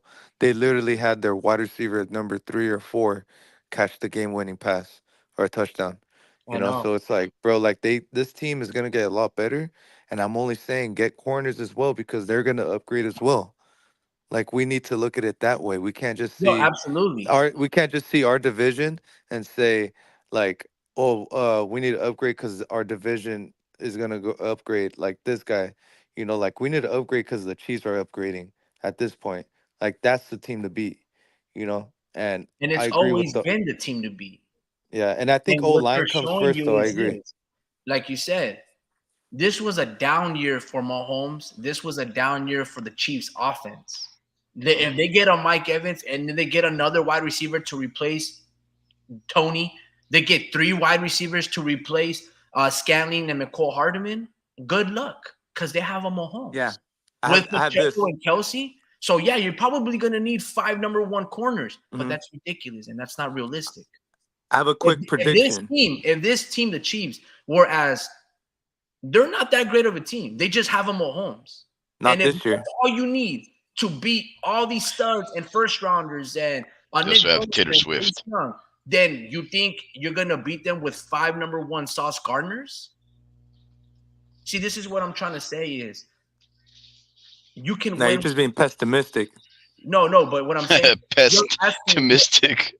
you're asking for an all-pro team to beat Mahomes, and guess what? We have that. This is that team, and we still couldn't beat it.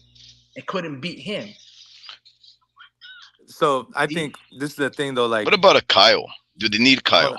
Nah, hold on. Yeah, Hold on. you need Kyle because what's the replacement of Kyle? Who are you gonna get to replace Kyle? Because there's no other coach out there that's available besides a 7-year-old Pete Carroll that played for the Seattle Seahawks or Bill Belichick to Mhm. replace Kyle. And even then, I don't think those two are better offensive brains than Kyle. So you have to write it out with Kyle. But I would say if Jeez. you could able to bring in Bill Belichick and be your defensive coordinator over Steve Wilkes, that's what you do. Yeah, But no, that's I Wait, was gonna wait, wait, say. whoa, whoa, whoa! This is intriguing. Hold on, hold on. Homie Ricky, haven't you been on a Kyle's behind? One of his a big critic of his during the year. yeah, I'm still them. If like Okay, I'm telling well, you, if you bring me in Bill Belichick and demote Kyle to only offensive coordinator, I'm okay with that. But I know that's okay, not gonna happen. I'm not gonna call for it. because one of our a new commenter, Mark G, which I reckon is a 49er fan, because he definitely knows a lot about the Niners, or at least he knows about these two teams that played in the Super Bowl yesterday. He says, when I asked what about Kyle, he says Kyle was the best. 4 exclamation points. What the f LMAO? Is Kyle the best, guys? Is Kyle Shanahan the best? No, I So don't this is think the so. Now hold on, like, bro. I think the fact that Brock Purdy's at quarterback is making Kyle look really good. I think Brock is actually separating himself from like the rest of the quarterbacks. Like I think next year will be the year that he's actually, because I'm saying separate himself as far as the Tuas, like the Geno Smiths, like the Daniel Jones, like those guys. He's separated himself from those guys. He's officially better from those guys. Jordan Love is is right there with Brock Purdy because his stock went up so high. But I think they say like Matthew Stafford, Jared Goff are still the ones that are kind of above Brock Purdy. But I think next season he'll officially surpass them, bro. I think next season he'll be that, right next to Jalen Hurts because I think Jalen Hurts is like fucking really good, bro. I think he's like Donovan, better than Donovan McNabb, bro. But but yeah, no, I think the fact that we have Brock Purdy is gonna make everything like he just slings it, bro. Like it's the little things that he does, bro. And I feel like he's gonna separate himself next season, especially with the O line. He's just gonna have more time, bro. Like that's just what it is, and he puts it where he needs it to go. And I was gonna say something very important right now, but go ahead. Oh man. Oh, that marijuana Well, smoke, man. why didn't you say the most important? Look, listen, I'm not gonna lie to you. I like Kyle. He's good. He's very good at what he does, but he's not great. I can honestly say he's one of the most spoiled head coaches in the NFL because how much more help does this guy need? This guy had a prime Julio Jones, an MVP Matt Ryan, Tevin Coleman, amazing running back, and Devontae Freeman, Mohamed Sanu, top 10 defense in Atlanta. He had 28-3 lead.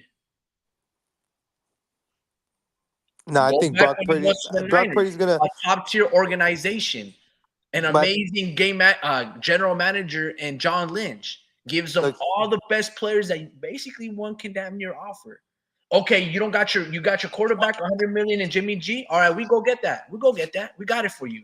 Okay, he doesn't work out, no less. I'm gonna give you 3 first rounders, Kyle, so you can get your quarterback because they think it's Trey Lance. Okay, they struck gold on Brock Purdy. They didn't know how good Brock Purdy was. Because if they were, they would have gotten him from the first round, right? But they didn't. They got him last. So they got lucky. That's what that is. And uh, sometimes it's better to be lucky than good. So he is the most spoiled head coach for a really long time and still can't get the job done. I wish Jed York gave that leeway to Jim Harbaugh. look. I This is what I was really gonna do. say. I I wish was gonna. Jed York had given that freedom to Jim Harbaugh, but he didn't, and he sided with Trent Baalke. So, Look, so this is I'm not my. gonna say Kyle is the best. I can't give you that. I'm not gonna give you that. It doesn't I'm gonna matter. say, is he good enough? Well, good enough for what? For a Super Bowl? Not yet, but he's good to get us to the Super Bowl. And if that's as far as he can get us, I'm cool with that. He can still be the head coach. Yeah, You look, know what I'm saying? in my opinion, there's a reason why he's not getting Coach of the Year, and that reason I don't know why. You know, because he's Why? Because he always has the best roster for the last couple of years and still can't get the job done. yeah, but so did Stefanski, and he had like a really good defense. It's like he didn't make it as far as Who Kyle is did. Stefanski? The coach for the Browns. All he had was an amazing corner, an undersized who's like 5'9", No, and then he has Miles, Browns, what's his name? The guy that won the MVP for the defense, Miles Garrett. bro. The Did he Browns, have like how much Niner players do we have that are like all the pros? Browns had a better defense than us. Because they have better coaching than us. That's why that defensive corner is No, now a head coach no, for the I think Tennessee Titans. I could be wrong, bro. but he became head Browns, coach. Browns were like up there with the Ravens, bro. Like they had number one or number two defense I this whole understand season, because they're better coached than us. But you're dude. not understanding. I'm saying we have better players. They have better players on defense. Name me them then. Okay. Uh, Garrett, Bosa. obviously defensive player of the year this year, Okay. and got more sacks than Bosa ever did in his Okay. whole, almost doubled Bosa in his career, and only played one season more than Bosa. Um, let's see who else they got. Emerson, second team All Pro, and then they got uh Ward. The like what's his name? I forget his first name. Yeah, Denzel Ward.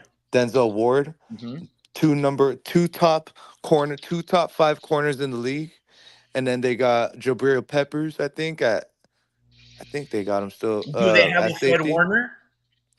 They got no, but they're pretty much top. Their middle linebacker.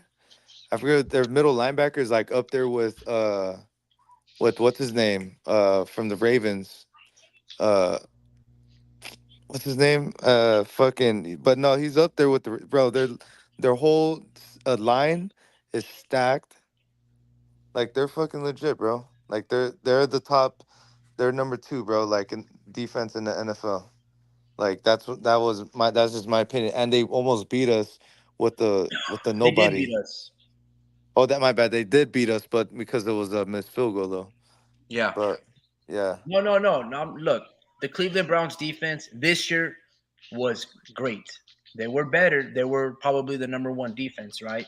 So they do have Miles Garrett, and he won, first team All Pro. He won defensive MVP, right? But we have our own, and that was Nick Bosa.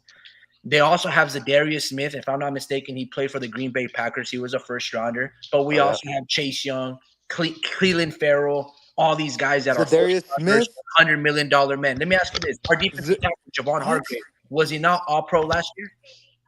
Who? Javon Hargrave, was he not All Pro for the Philadelphia Eagles last year?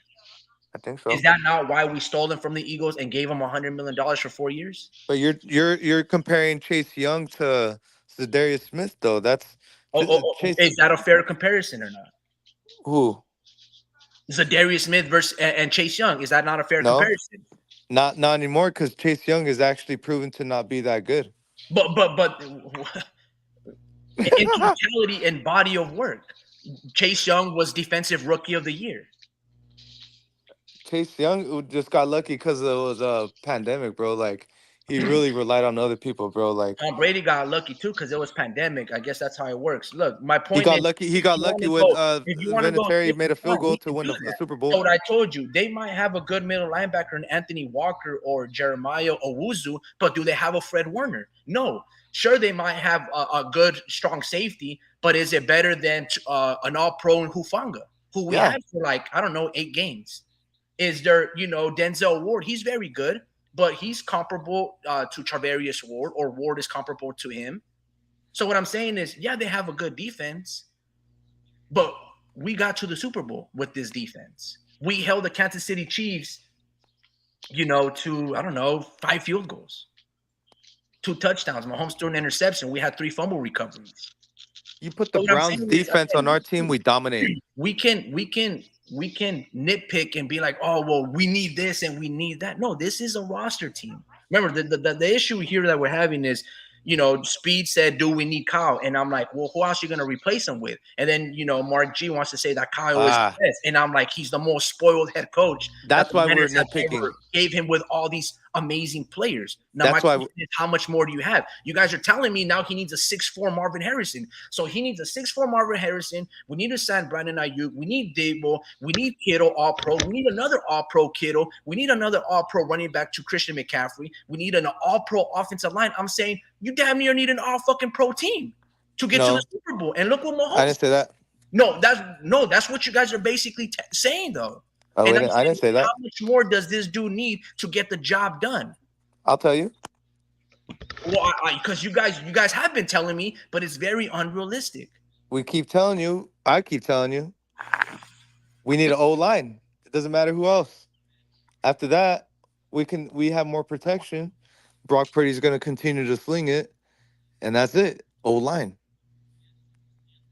I guess I'm not making my point clear enough. I know we need an O line. I know John Feliciano got hurt. I know it was a broken down coverage. I know, but like you said, the Chiefs can also get three good, badass wide receivers, and you're still gonna have to deal with the Mahomes problem. So the question is, like it was 5 years ago, like it is from last night, and going into the future, how are you gonna stop Mahomes? Because guess what? We also got our ass beat by Joe Burrow and the Cincinnati Bengals. And that game wasn't even close. And we also got torn up against the Minnesota Vikings. And Kirk Cousins picked us all apart. Yeah. So what I'm saying is, one quarterback cannot be beating all those all pros that we have on our defensive side of the ball. That's the issue that you guys don't seem to understand. Brock Purdy isn't the issue. Okay? I'm saying is, how are we going to stop those quarterbacks? Because historically, we haven't been able to stop them in the past. And the O line is not going to stop those quarterbacks. But That's what I'm true. saying is, you're going to need a Bill Belichick defensive coordinator, someone like that can compete against those guys. Because the Raiders could beat Patrick Mahomes once, they did this season, and guess what? We're 0-4 against them. Ever since Mahomes and Andy Reid are a team, we're 0-4 against them. 2 times in the Super Bowl, 2 times in the regular season. And honestly, these games, for more or less, have not been close, except excluding last night. Last night was an amazing game, and I don't feel like a loser. That was great. That's crazy. You don't feel like a loser, These are bro? the Like questions you have to ask. Yeah. How can you we stop the Cincinnati Bengals because we got smoked by them? How can we stop Kirk Cousins because they beat us without Justin Jefferson? And honestly, it was like 34-20. And how can we beat Mahomes if they're going to get 3 good wide receivers? Or we anticipate or assume they're going to get better? Is it the offensive line? I mean, at this point, it's a rhetorical question. I mean, you're saying what? Yeah, just ask me what position. I'm gonna read a couple of these missives from Mark G. Again, going back to Kyle Shanahan didn't cost that muffed punt. Jalen Hurts, bro, come on. Homie is one read quarterback. Without big plays, sees nothing. They did despite being the last pick. Homie, bro, look. Niners went to the NFC Championship and Super Bowl in the past 4 years. Kyle Shanahan just basically have Brock in 1.5 seasons. Laughy, laughy, laughy, laughy emoji. Wake up, man. Bro, Chase Young doesn't have that much impact on that D line. Come on now. Spoiled. Bro knows who he wants. Most of the greats in the team are drafted by him. Yes, O line. You don't understand the fact that Mahomes have the best OL. Bro, you can't win more in the So regular this is the season. thing, though. LOL. We we had hella like you know opportunities to like make touchdowns and all that, but they just continue to put pressure on Brock, bro. And I think when we were up 10 points, it's like, bro, we could have continued to score, and we even drove the ball down the field when McCaffrey let go of got a fumble, which is unlike him. Can't really, I mean, gotta shake that one off type of thing. Because that was completely Christian's fault. But it was like a nerve sting or something, bro. But yeah, no, if we score more points, bro, we wouldn't have had this problem. I could have easily seen us scoring more than 30 points. Yeah. You know, and just We just need one. Like obviously, we had Travarius Ward at the for like another 2 seasons, I think, and we get another safe corner. It's like that's good. Like enough, good enough. I would want more, but just one more guy won't hurt. We're drafting one more guy. Oh fuck! Pretty sure we only have one first round pick, but I'm pretty sure we're gonna use that on the O lineman. But who knows? Who knows? So just one corner. I'm not saying we need to sign a plethora of DBs, top guys. Just one guy, one edge rusher, and a bunch of O line. Well, I'll And say this. Well, we have 11 picks to do so and a first rounder. So we're gonna have the ammo to get all those players that we need. And to be honest with you, yeah, sure, Patrick Mahomes has a fantastic O line, but guess what? So do the Niners, which is why we had a better regular season record than them. Which is why a guy in his first full season, Brock Purdy, was no, able to throw for 4,000 yards. Which is they're why mid. Christian McCaffrey was an MVP and Brock Purdy, because we have a very good O line and Trent Williams. Our And O guess what? linemen, Mahomes basically were able to do the same thing, and all he has is Joe Thuney and mediocre wide receivers. So I our get O what you guys are saying, but their no. offensive line ain't that much better than our O line.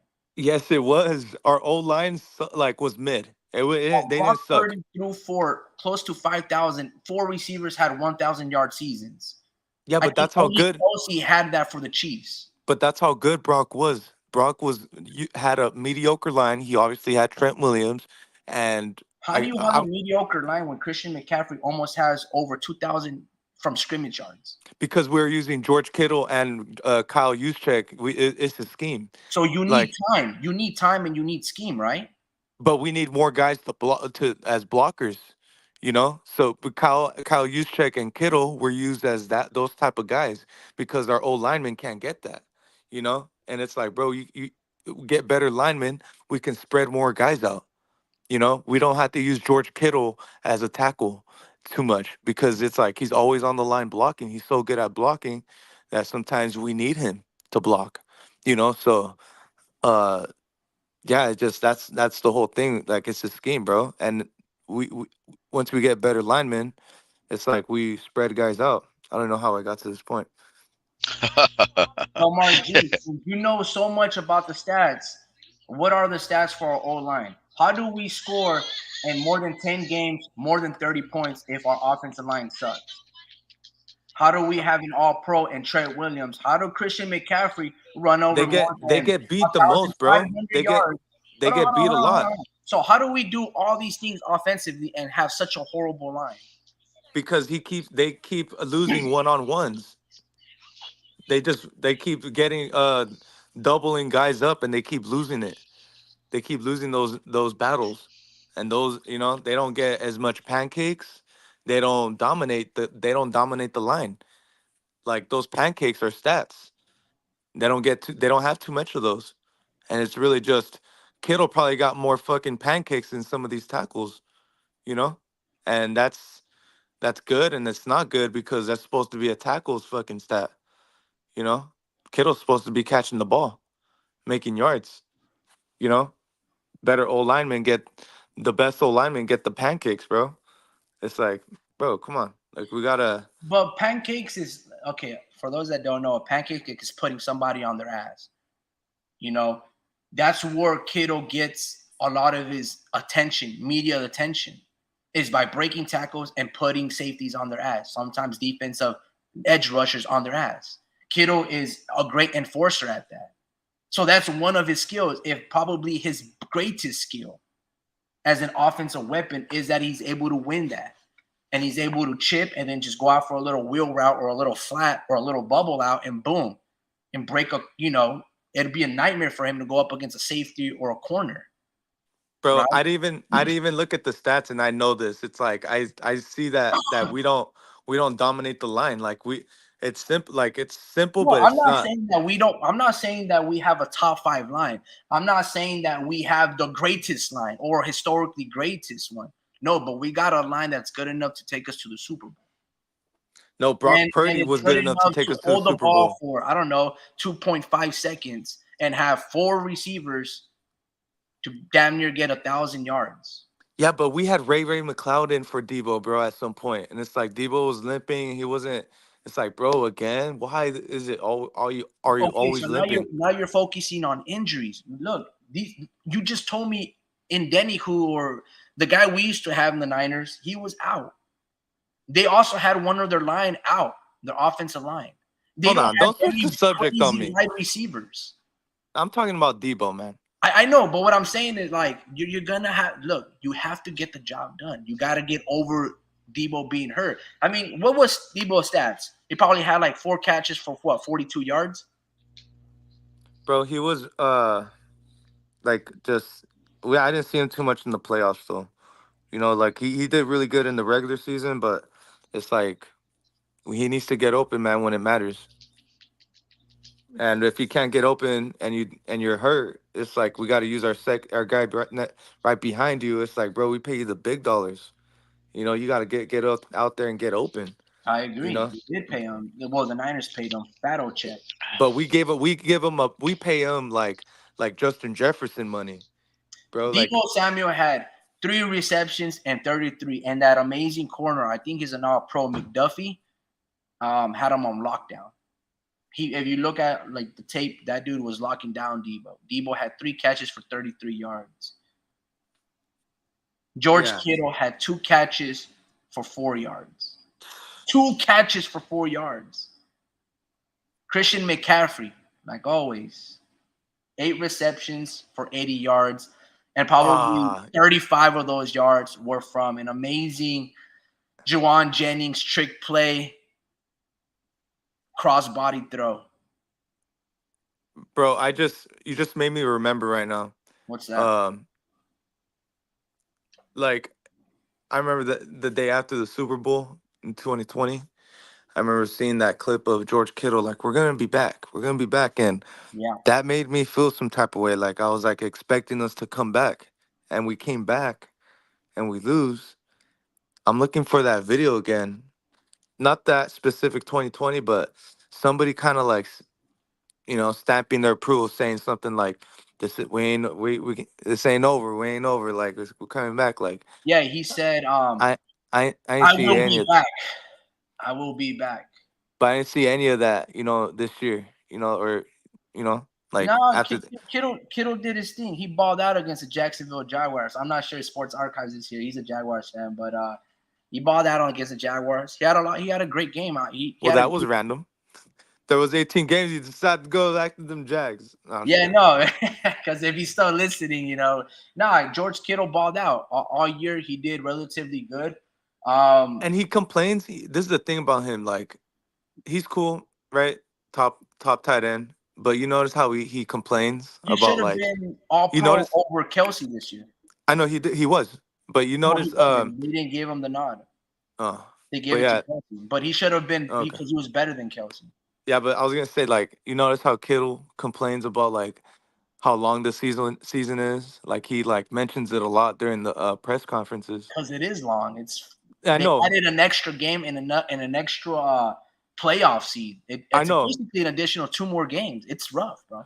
I know. But like, usually dudes are like, you can tell, like, it's taking a toll on his body Absolutely. specifically, It has because. to because how physical he plays. It's And only that's why natural. it's like I don't want him to go. I don't want him to get traded. I prefer, like, I think it's safe to say it's Debo. I want Debo, not want Debo, but if anyone needs to get traded and I need to pick someone out of the top guys, it's Debo. You know? Or do you disagree right there or not? I mean, look, you paid Debo whatever it is that they paid him. So I just feel like all of these guys are good complementary weapons to one another. Okay, so you have 11 picks in this coming up draft. You have a first rounder. You got a couple of free agents to address. You're going to need a backup quarterback because you just never know the future. Sam Darnold is out there. He's going to be a free agent because I think we signed him for 1 year, maybe 2 year. I don't know. You're going to hopefully start looking for Trent Williams' replacement because he's 36. He'll probably come back for a couple more years. There's some linemen that are playing to 41, 42, but, that can't be realistic, you know, timeline for every single lineman. You're gonna need offensive line to address. You're gonna probably need another linebacker in terms of if Drake Greenlaw is not ready by regular season, and you always want to have depth.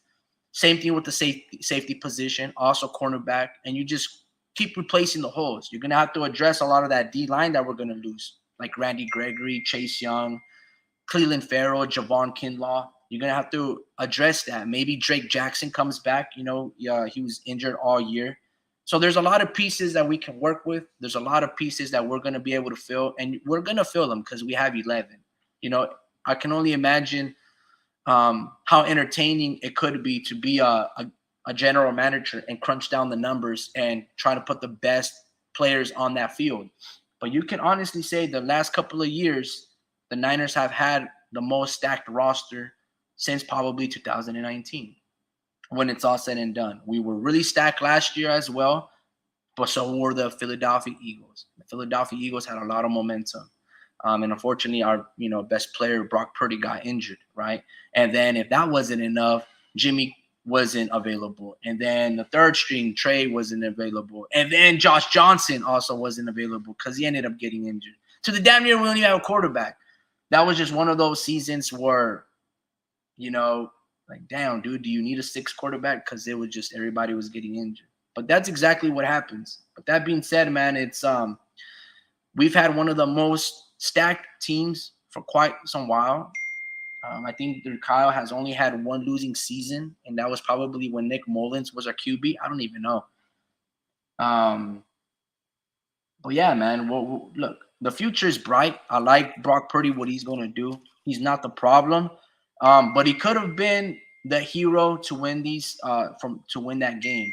He's been making some amazing throws all season, all playoff games. So there's a calm demeanor and an experienced demeanor that you're gonna, as long as you have him, your best, essentially your best player, as long as you protect him and buy him some time, he's gonna make a lot of great things happen. So obviously, you do have to adjust the offensive line. That's without question.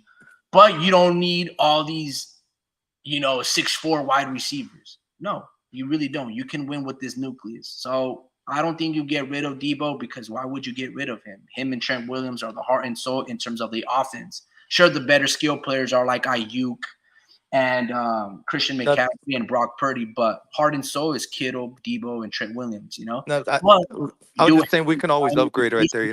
Those guys are injured. Say again. I was just saying we can always upgrade right there, though.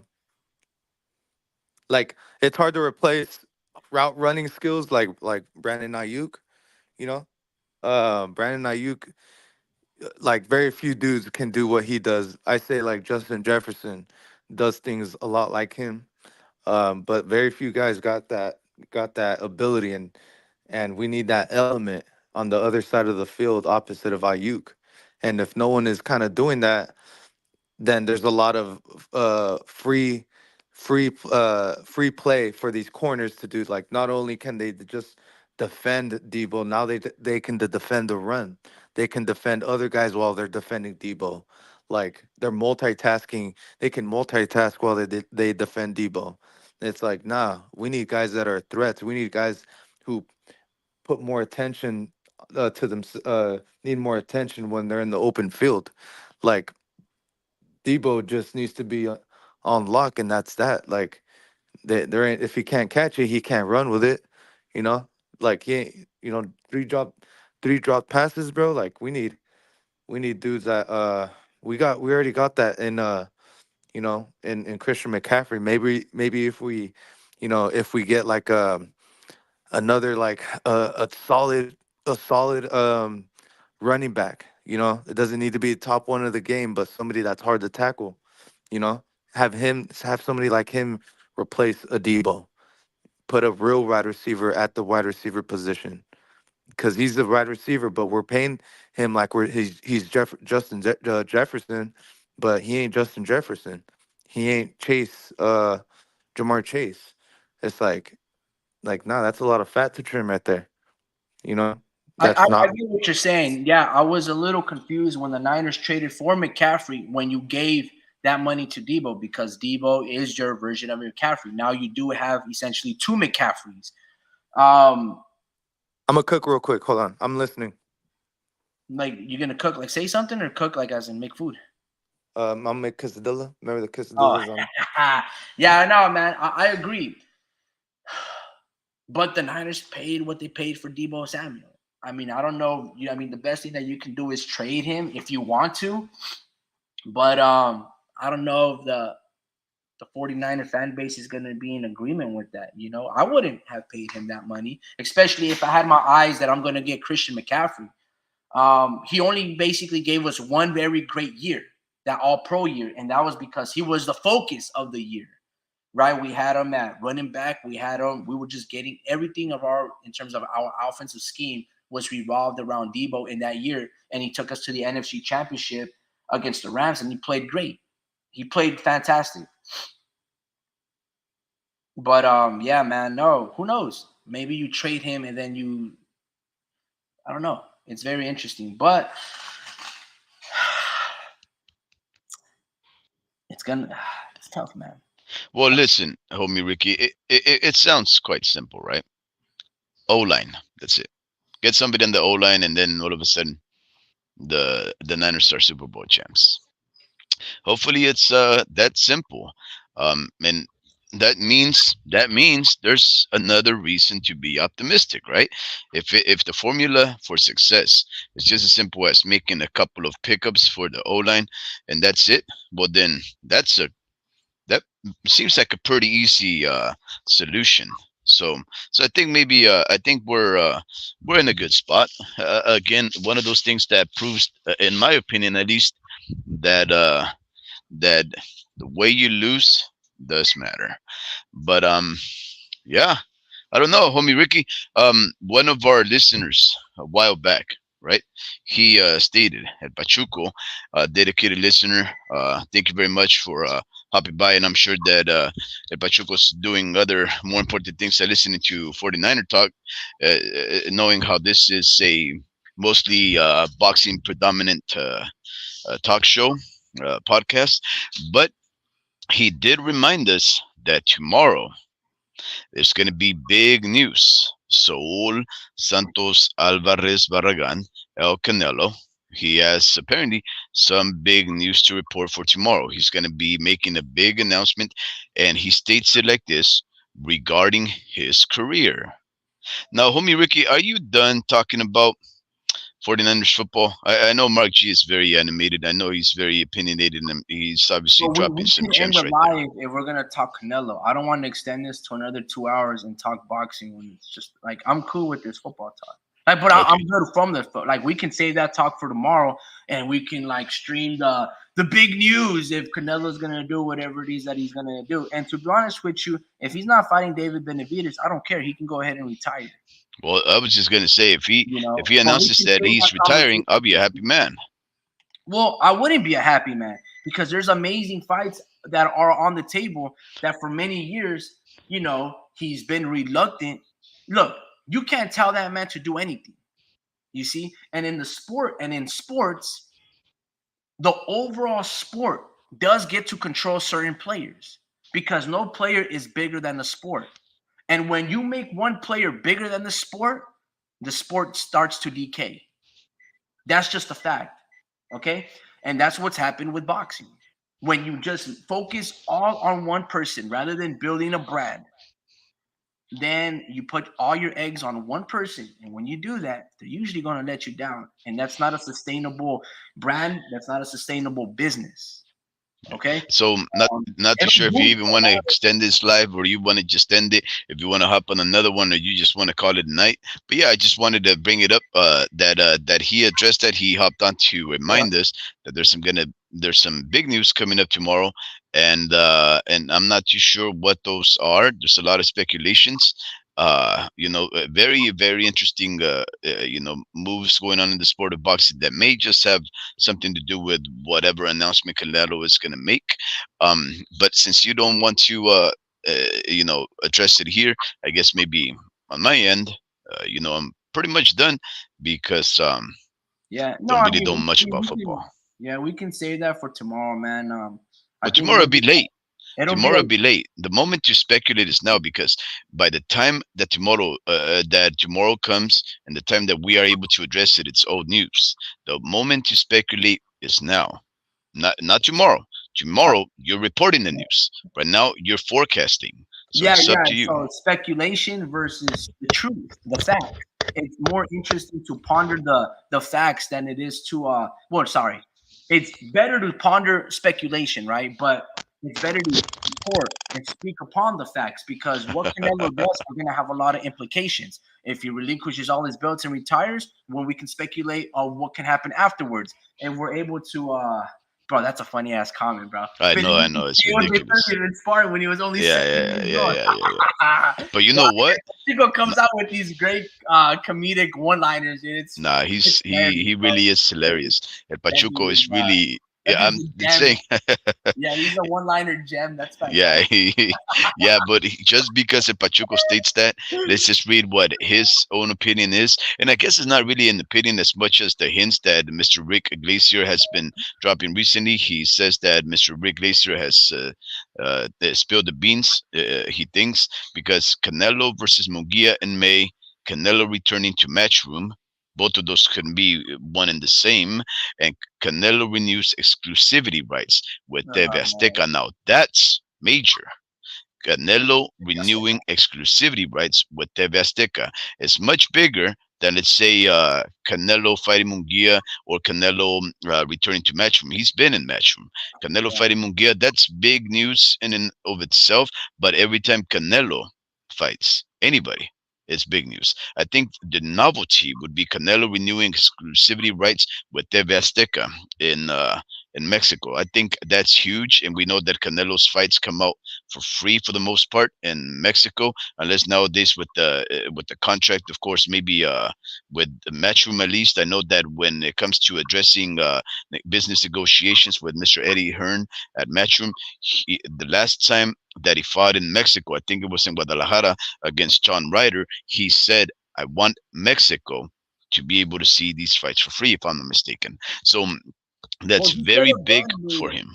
Yeah, absolutely. He should have always been fighting on Univision and having a lot of his fights telecasted there. In fact, Univision has always, I felt like they've always fumbled the bag in terms of hosting, you know, boxing. They've never hosted boxing there, and they should have.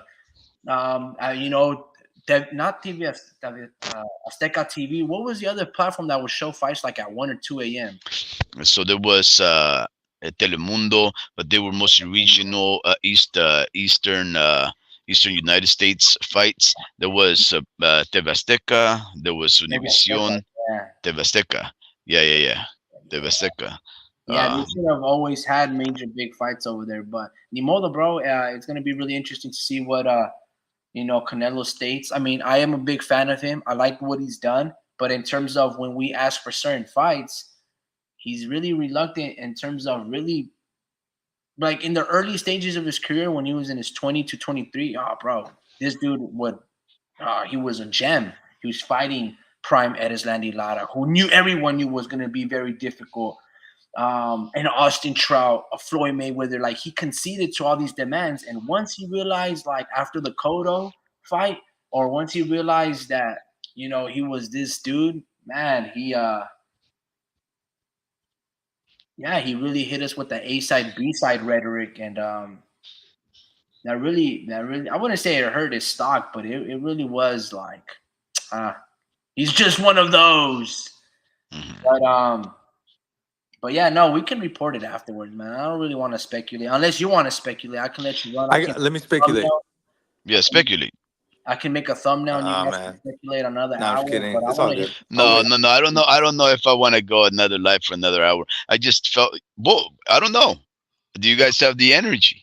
Well, I can make the thumbnail. Just give me. I mean, I don't know unless you guys want me to make like a generic one, just like a thumbnail. Nah, But let me make a post about it. Like, let me see so I can give me enough time to make a post. if you guys want to talk about it like tonight, Nah, then you guys will hold it down. But I'm gonna do some other. Let's just do a quick one. Let's just nah, do a nah, quick nah. one. I'm good. I'm good. Okay, then. Well, then there you go. I guess we'll leave it at that. I guess we'll just say that El Pachuco is likely right. Mr. Rick Glacier, who's an insider, who's been for the past I don't know how long, has always Damn. been dropping gems and just reporting little tidbits of information that, for the most part, comes out to be true, or at least based off some foundation of validity and truthfulness. I guess when he states that Saul Santos Alvarez Barragan is going back into exclusivity rights with the Azteca, renewing his interest to work with Eddie Hearn and Matchroom and to fight Munguia. I think we'll just go with that. But of course, El Pachuco states that Steve Azteca reported the Canelo versus Plan generated 20 million views in Mexico. Yes. And Wow. Wow. yeah, there's a formula, homie Ricky. There's a formula. First, you build up and continue to attain that fan base He that said you started first you you off from the beginning. he said first you put the lime in the coconut. Yeah, first you start off right there by holding on to your fan base, right? And then you expand, but you never abandon your fan base. To be able to bring the Canelo back into Mexico to get 20 million views. When, wow, 20 million views. America can't seem to get That's half a pretty good. million. That is pretty good. I'm not too sure if you guys know this, but Teofimo Lopez versus Ortiz over this past week on Thursday only got 550,000 average viewers on the Thursday. Now, I understand about a Thursday, right? But this was supposed to be Super Bowl weekend on the Thursday when ain't nobody else doing anything besides staying at home and cozying on up and trying to, provide themselves enough nutrition and hydration to go on for the next few days in anticipation of the Super Bowl. All they had to do is sit at home, sit the rump in the most comfortable lazy boy in their house and just watch the fight. And all that America could muster was 550,000 viewers for a fight involving this the sideshow that we just saw on Thursday. I find that to be an embarrassment. It was a non-pay-per-view event. You had up and comers, obviously stars in the making with Keyshawn Davis and Abdullah Mason.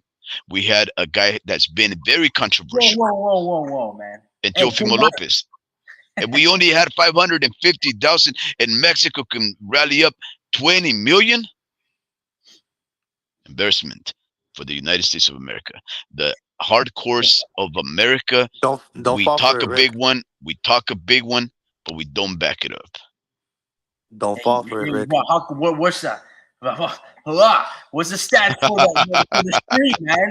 For the illegal streaming, what's the stats for that? Nah, man. On that note, man. Good night, You guys. don't have to illegally stream. It was for free. Hey, look, man. Thank you guys for tuning in and always Yeah. giving us a little time of your day or your time of your night. Hopefully, you guys were able to learn something out of it. Yeah, Yo, you're wrong. let me know what you guys want to talk about. Whether it's boxing, whether it's other things. We can always talk about things that aren't sports related. But on that note, man, stay safe, stay blessed out there. What an amazing game last night. Wasn't the results that we wanted, but man, if it was fun and extremely. It was just great watching it and just Yeah. being like a fan. On that note, guys, I'm have a gonna good night. wait. One last thing, homie Ricky. Just because El Don't Pachuco, talk boxing, bro. one last thing, right? He states, "Great show, guys. I'm trying to spread the word about this podcast. Cheers." And we appreciate that, El Pachuco. I know that you do. You are always here. And right now, these guys just went off and talked about 49ers football, which I'm sure you're not even a fan of, unless of course maybe you are. But Cowboys fan. there you go. And he's a Cowboys fan, and he's stuck in here listening to you guys talking about something as completely unboxing related and so far detached from his own favorite team, the Cowboys, that he still hung in there just for the fact that he's supporting. And let me tell you something. I listen to reputable, established boxing podcast, and the Pachuco's there. Pachuco knows he Pachuco knows what's good out there, and I never seem to run into him in those podcasts that are more frivolous or take the sport less serious. Sometimes I hit those guys up because I want to learn from everybody. I want to get a good feel for where the sports world is, and the Pachuco sticks to the good channels out there. If he comes over here, I'm not trying to brag or boast, but I do believe that that means that we are doing something right. Homie Ricky, Drew, if we can have listeners like El Pachuco, Mr. Larry Liston, Mr. Adam Hurley, Mr. Vince Vargas, who have differences of opinions, but all of them are very enlightening and intellectual in their own right. If we can have those guys come on here like they always do, and they're not only just trolling, they're actually educating us, then I can say that we have started off rather well. And if Pachuco and the other listeners of ours, as small and as dedicated as they are, continue to spread the word, you know what, guys, we may just actually grow steady but very loyal listeners, and that's what we want. Listeners that will learn from us, and most importantly, provide us their opinion so we can learn from them. We're just trying to grow the sport, ladies In and the gentlemen. United States of America. We live here, and we sure better make it because we talk a big one, but we just can't seem to support our own fighters in our sport. So yeah, at You Pachuco, talked a big we need one. to. No, I'm just kidding. Okay, well, I do talk a big one. All right, my friends, I wish you a wonderful even fall. All right, man. Peace. Good night. Take care, fellas.